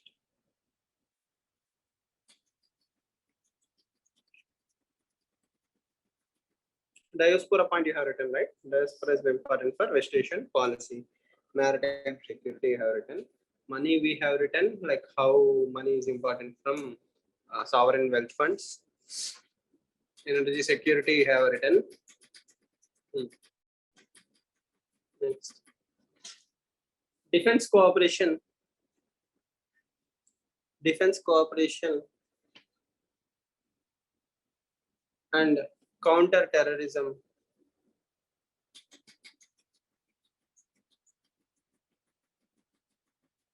Okay. So we are working with the West Asian countries on defense cooperation and counter terrorism. So who exports terrorism to the world? Technically the Chinese, Saudi funds and Pakistan exports. Okay. So there are different strains of Islam. If you think about Sufism is considered as most mild version of Islam, right? Like Sufism promotes singing, like it's a very nice form, mostly Kashmir area and all these things. Even in India, throughout India, you find a lot of Sufi saints. Okay, Sufism is one strain, whereas Saudi Arabia more or less believes in Wahhabism. Wahhabism. Okay, Wahhabism is like extreme strain of Islam, not allowing women to go out, not allowed driving and all these things. Recently, they gave finally permission for women to drive. All right, so it's totally opposite. And in Western UP or in UP and all these things also, you find Wahhabism. So Saudi funded madrasas and all this promote Wahhabism. So that is extreme strain of Islam. And even Saudi funds Pakistan, and technically or allegedly it also funds Taliban. So the petrodollar money, like the money that comes from petrol, is used in terror funding activities. So that is one strain that we have to look at. So that is a threat for India, right? In the end of the day. But again, we are working on counter-terrorism with all these countries. Next, issues. This is just for rough understanding of what happens in West Asia. Next.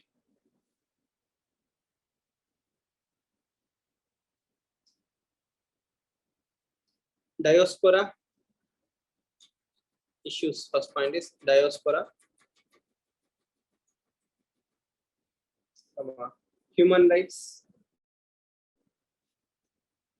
Human rights and exploitation.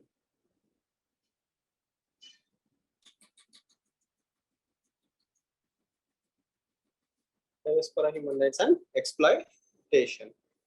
Okay, so as the name says, human rights of diaspora and exploitation is a common theme. In Saudi, what happens is, for example, if you go there for employment, the employer will keep your passport. He won't give you the passport, and they will ask you to work for a cheap labor. And any crime committed by you, they will punish you severely. And Indian government exactly do not have data on how many people are settled there, how many people are working there, because sometimes people are sent there for jobs, then they are forced into other kinds of works. Women are exploited. So there are so many things that happens in this part of the world, and that is the issue between India and the West Asian countries. Next, funding of terrorism. Funding of terrorism and radicalization. Funding of terrorism and radicalization. Okay. As the name says, some of these countries fund terrorism and radicalization efforts. Third one, Shia versus Sunni debate. Shia versus Sunni debate. So Shia is the most dominant strain or version of Islam, right? Like Islam has been split into two after the Karbala war. One is Shia, the other one is Sunni. So sorry, Sunnis are minorities. Sorry, Sunnis are majority. Shia is minority. Okay. Iran is a Shia dominated country. Iran is dominated by Shias, whereas Saudi Arabia is Sunnis. So it's always an issue between Saudi Arabia and Iran. Okay, religion is one of the reasons. Then the domination. For example, Saudi Arabia is the undisputed king of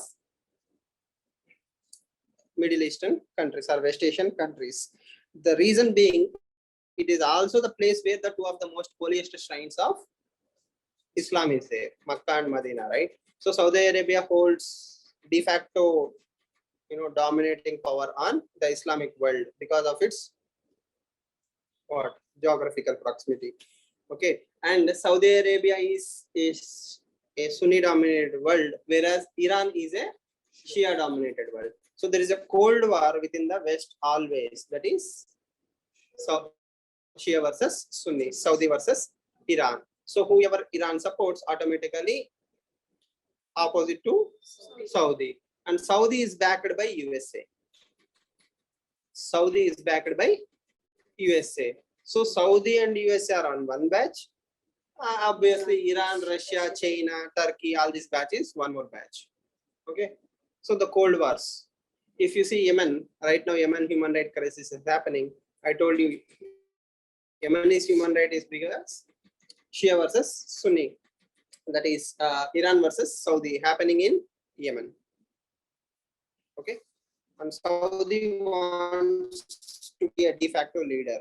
And there is also one more issue between Israel and the rest. Shia, Sunni and all these countries are one thing. Jews are a whole different thing.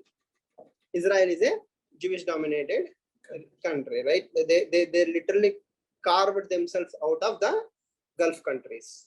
You know the story, right? How Israel was created. They were not given the land. They were forced to go over war, and they excelled in the war, and they literally occupied everything.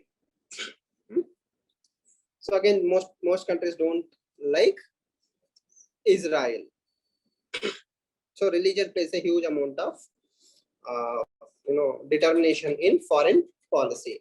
But sooner than later, all these countries realized all this is totally futile, except for Saudi and Iran. Every small country which is getting money started indirectly talking to Israel.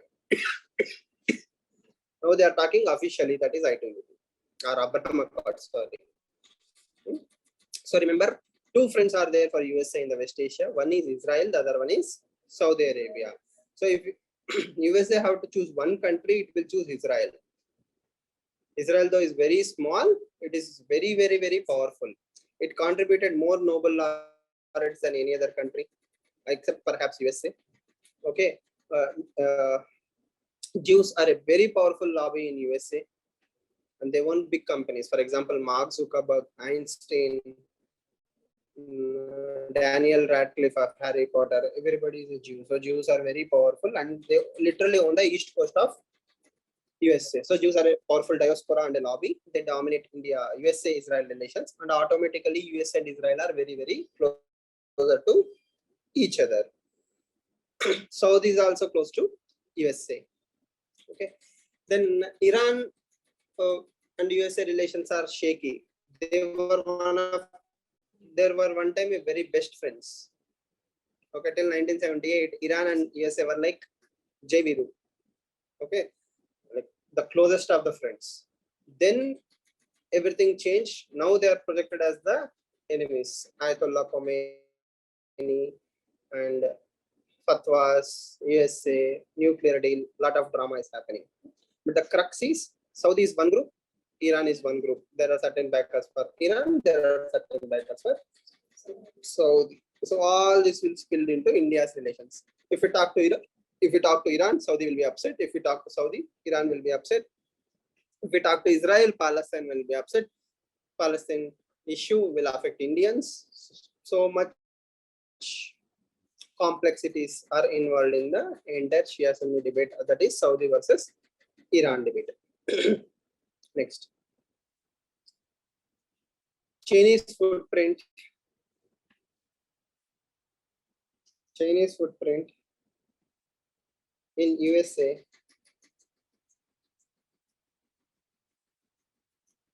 Sorry, Chinese footprint in West Asia. Chinese footprint in West Asia is a cause of concern. As all of you know already, there is an axis of evil, right? China, Iran, Pakistan, Russia. This is something we have already discussed. China, Iran, Pakistan, Russia. These four are one batch. Whereas Saudi Arabia and others are one batch in this group. Next.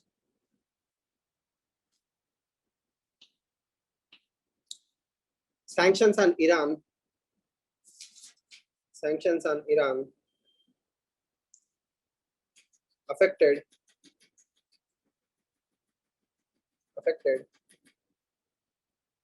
India's energy security.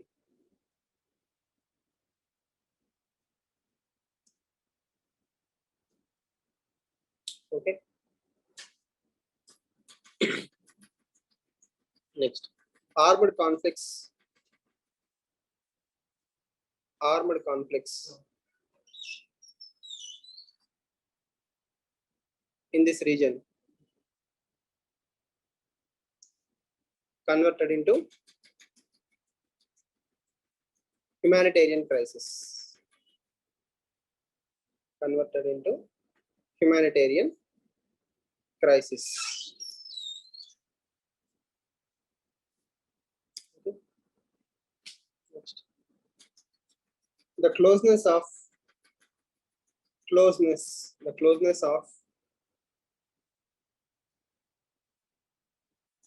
cooperation countries. The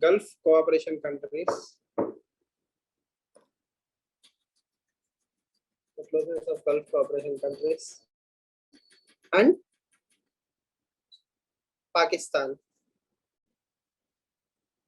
The Gulf cooperation countries and Pakistan is an area of concern.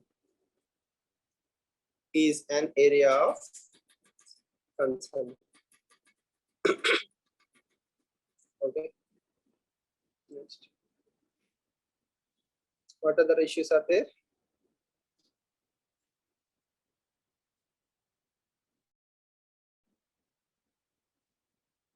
Next. Cybersecurity.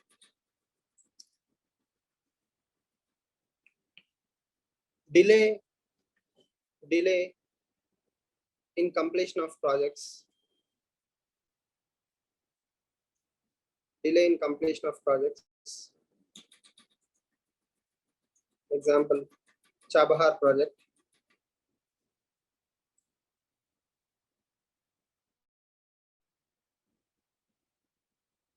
Has affected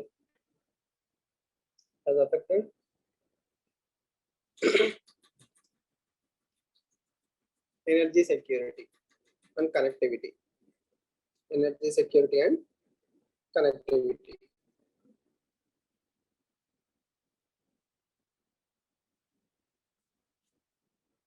Okay. Next.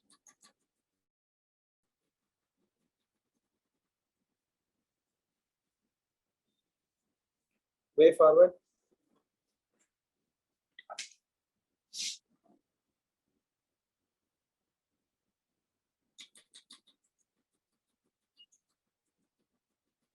So what is way forward? What should India do?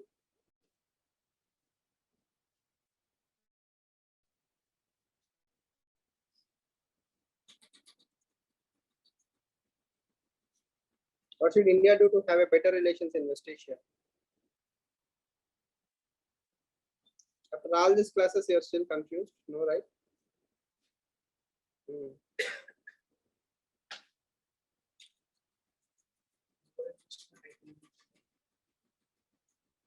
We are already doing that. Then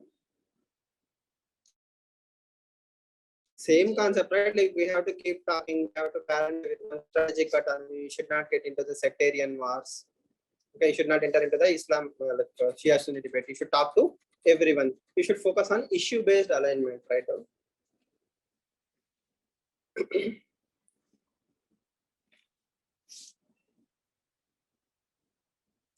Issue-based alignment.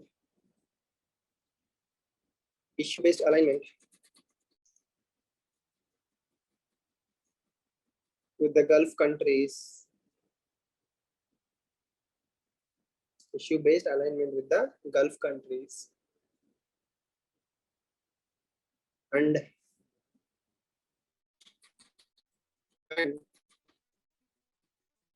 deepen the economic and strategic partnerships. Deepen the economic and strategic partnerships.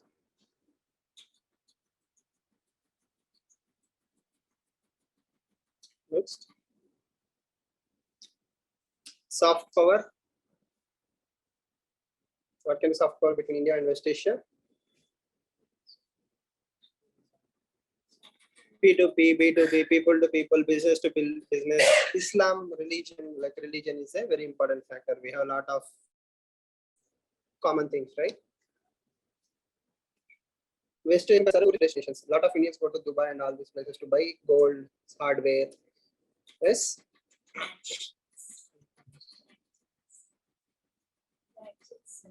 Gadgets. iPhones, gadgets. Again, the same is P2P, B2B. Yes, we even make movies in Dubai. Yes or no? Saudi, yes, Qatar, cricket, diaspora can be leveraged, cricket can be there, food is a common theme.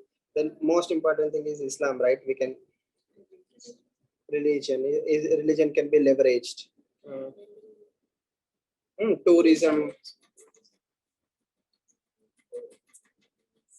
It's not costly, right? So if you want to go in cheaper, that we have to land somewhere. It's cheaper because they are asking you to make shopping in the between, right? So there will be 8-hour delay. You go to Dubai, from Dubai to USA, the next connecting flight is 8 hours. What will you do? So there are no free lunches, right? Everything is planned.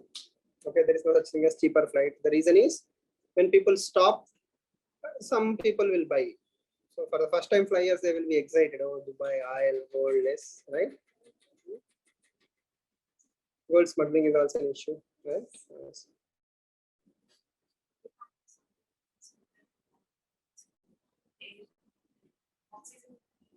Oxygen to whom? Acha, the the cylinders. Okay, thought like how right? Oxygen cylinder. That is not way forward, right? That is convergence. That is cooperation. Way forward is like what you have to do.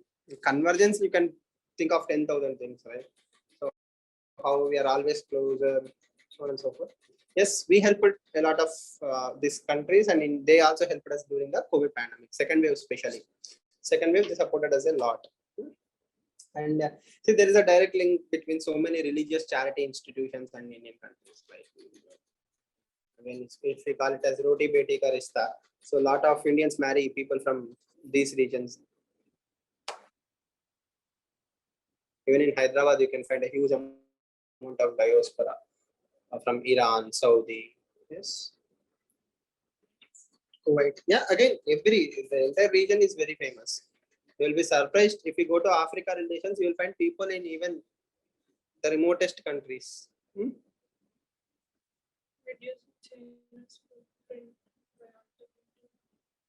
Reducing China's footprint by alternative supply chains, rather than again as I said, strategic and economic integration. If it happens strongly, automatically China's footprints will come down. Right. Soft power is a very important thing. Money is the next most important thing, and the last one is strategic partnership. Like for example, defense and all those things also can improve. We have written already. Strategic and economic integration. Underline strategic and economic and soft power. These three are the important things.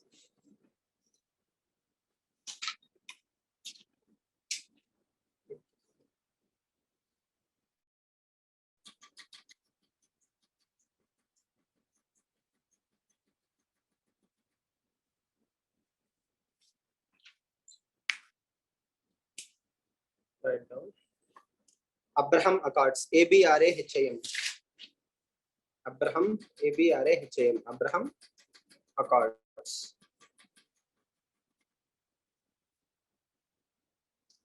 With the help of USA, the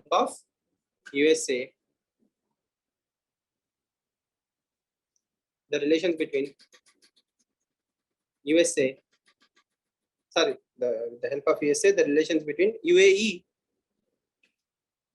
and Israel have become formalized.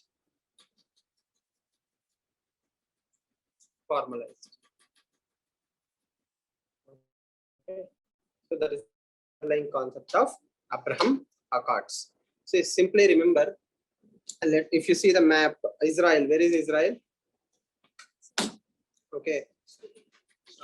You can see countries like Bahrain, small nations, Bahrain, Israel, Saudi, except Saudi, okay, UAE, many small countries used to indirectly talk to Israel. Behind the scene, everybody used to talk to Israel.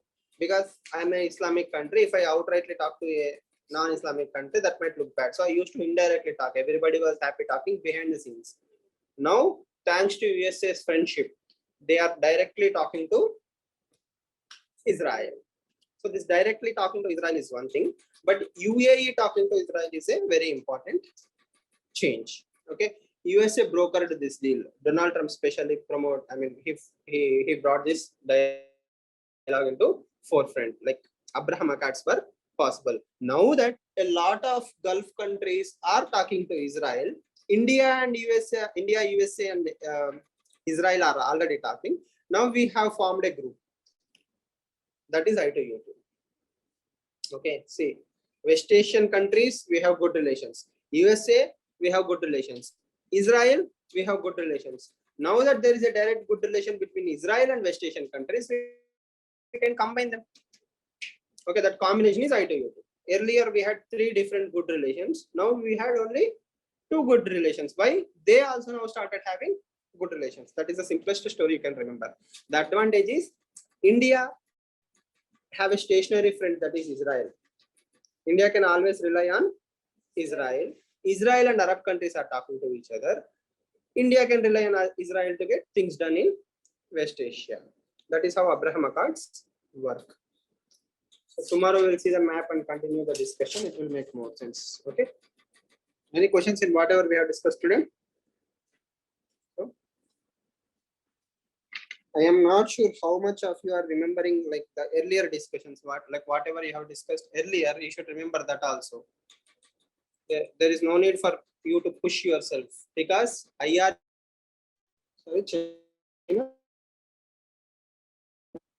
studies article blocked. You read that?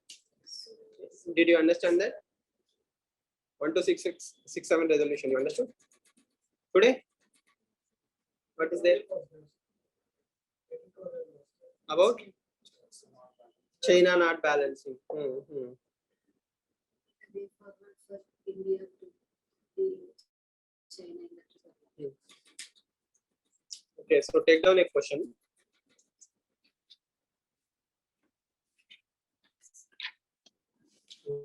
Rough question also. Why is China blocking? Why is China blocking? India and US. Why is China blocking? India and US.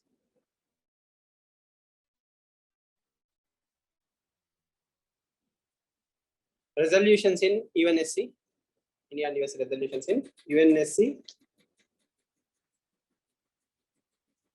And suggest a way forward.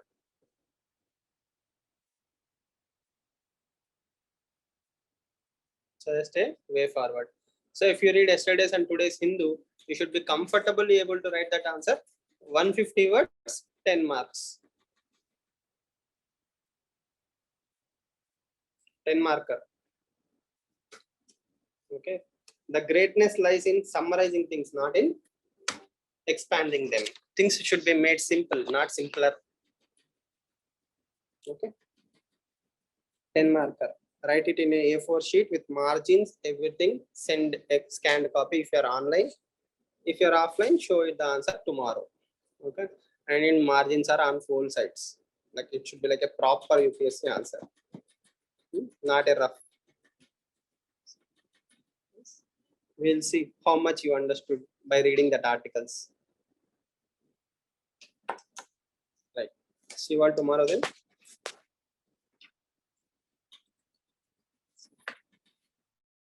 తలలు ఊపడం కాదు రాయాలి.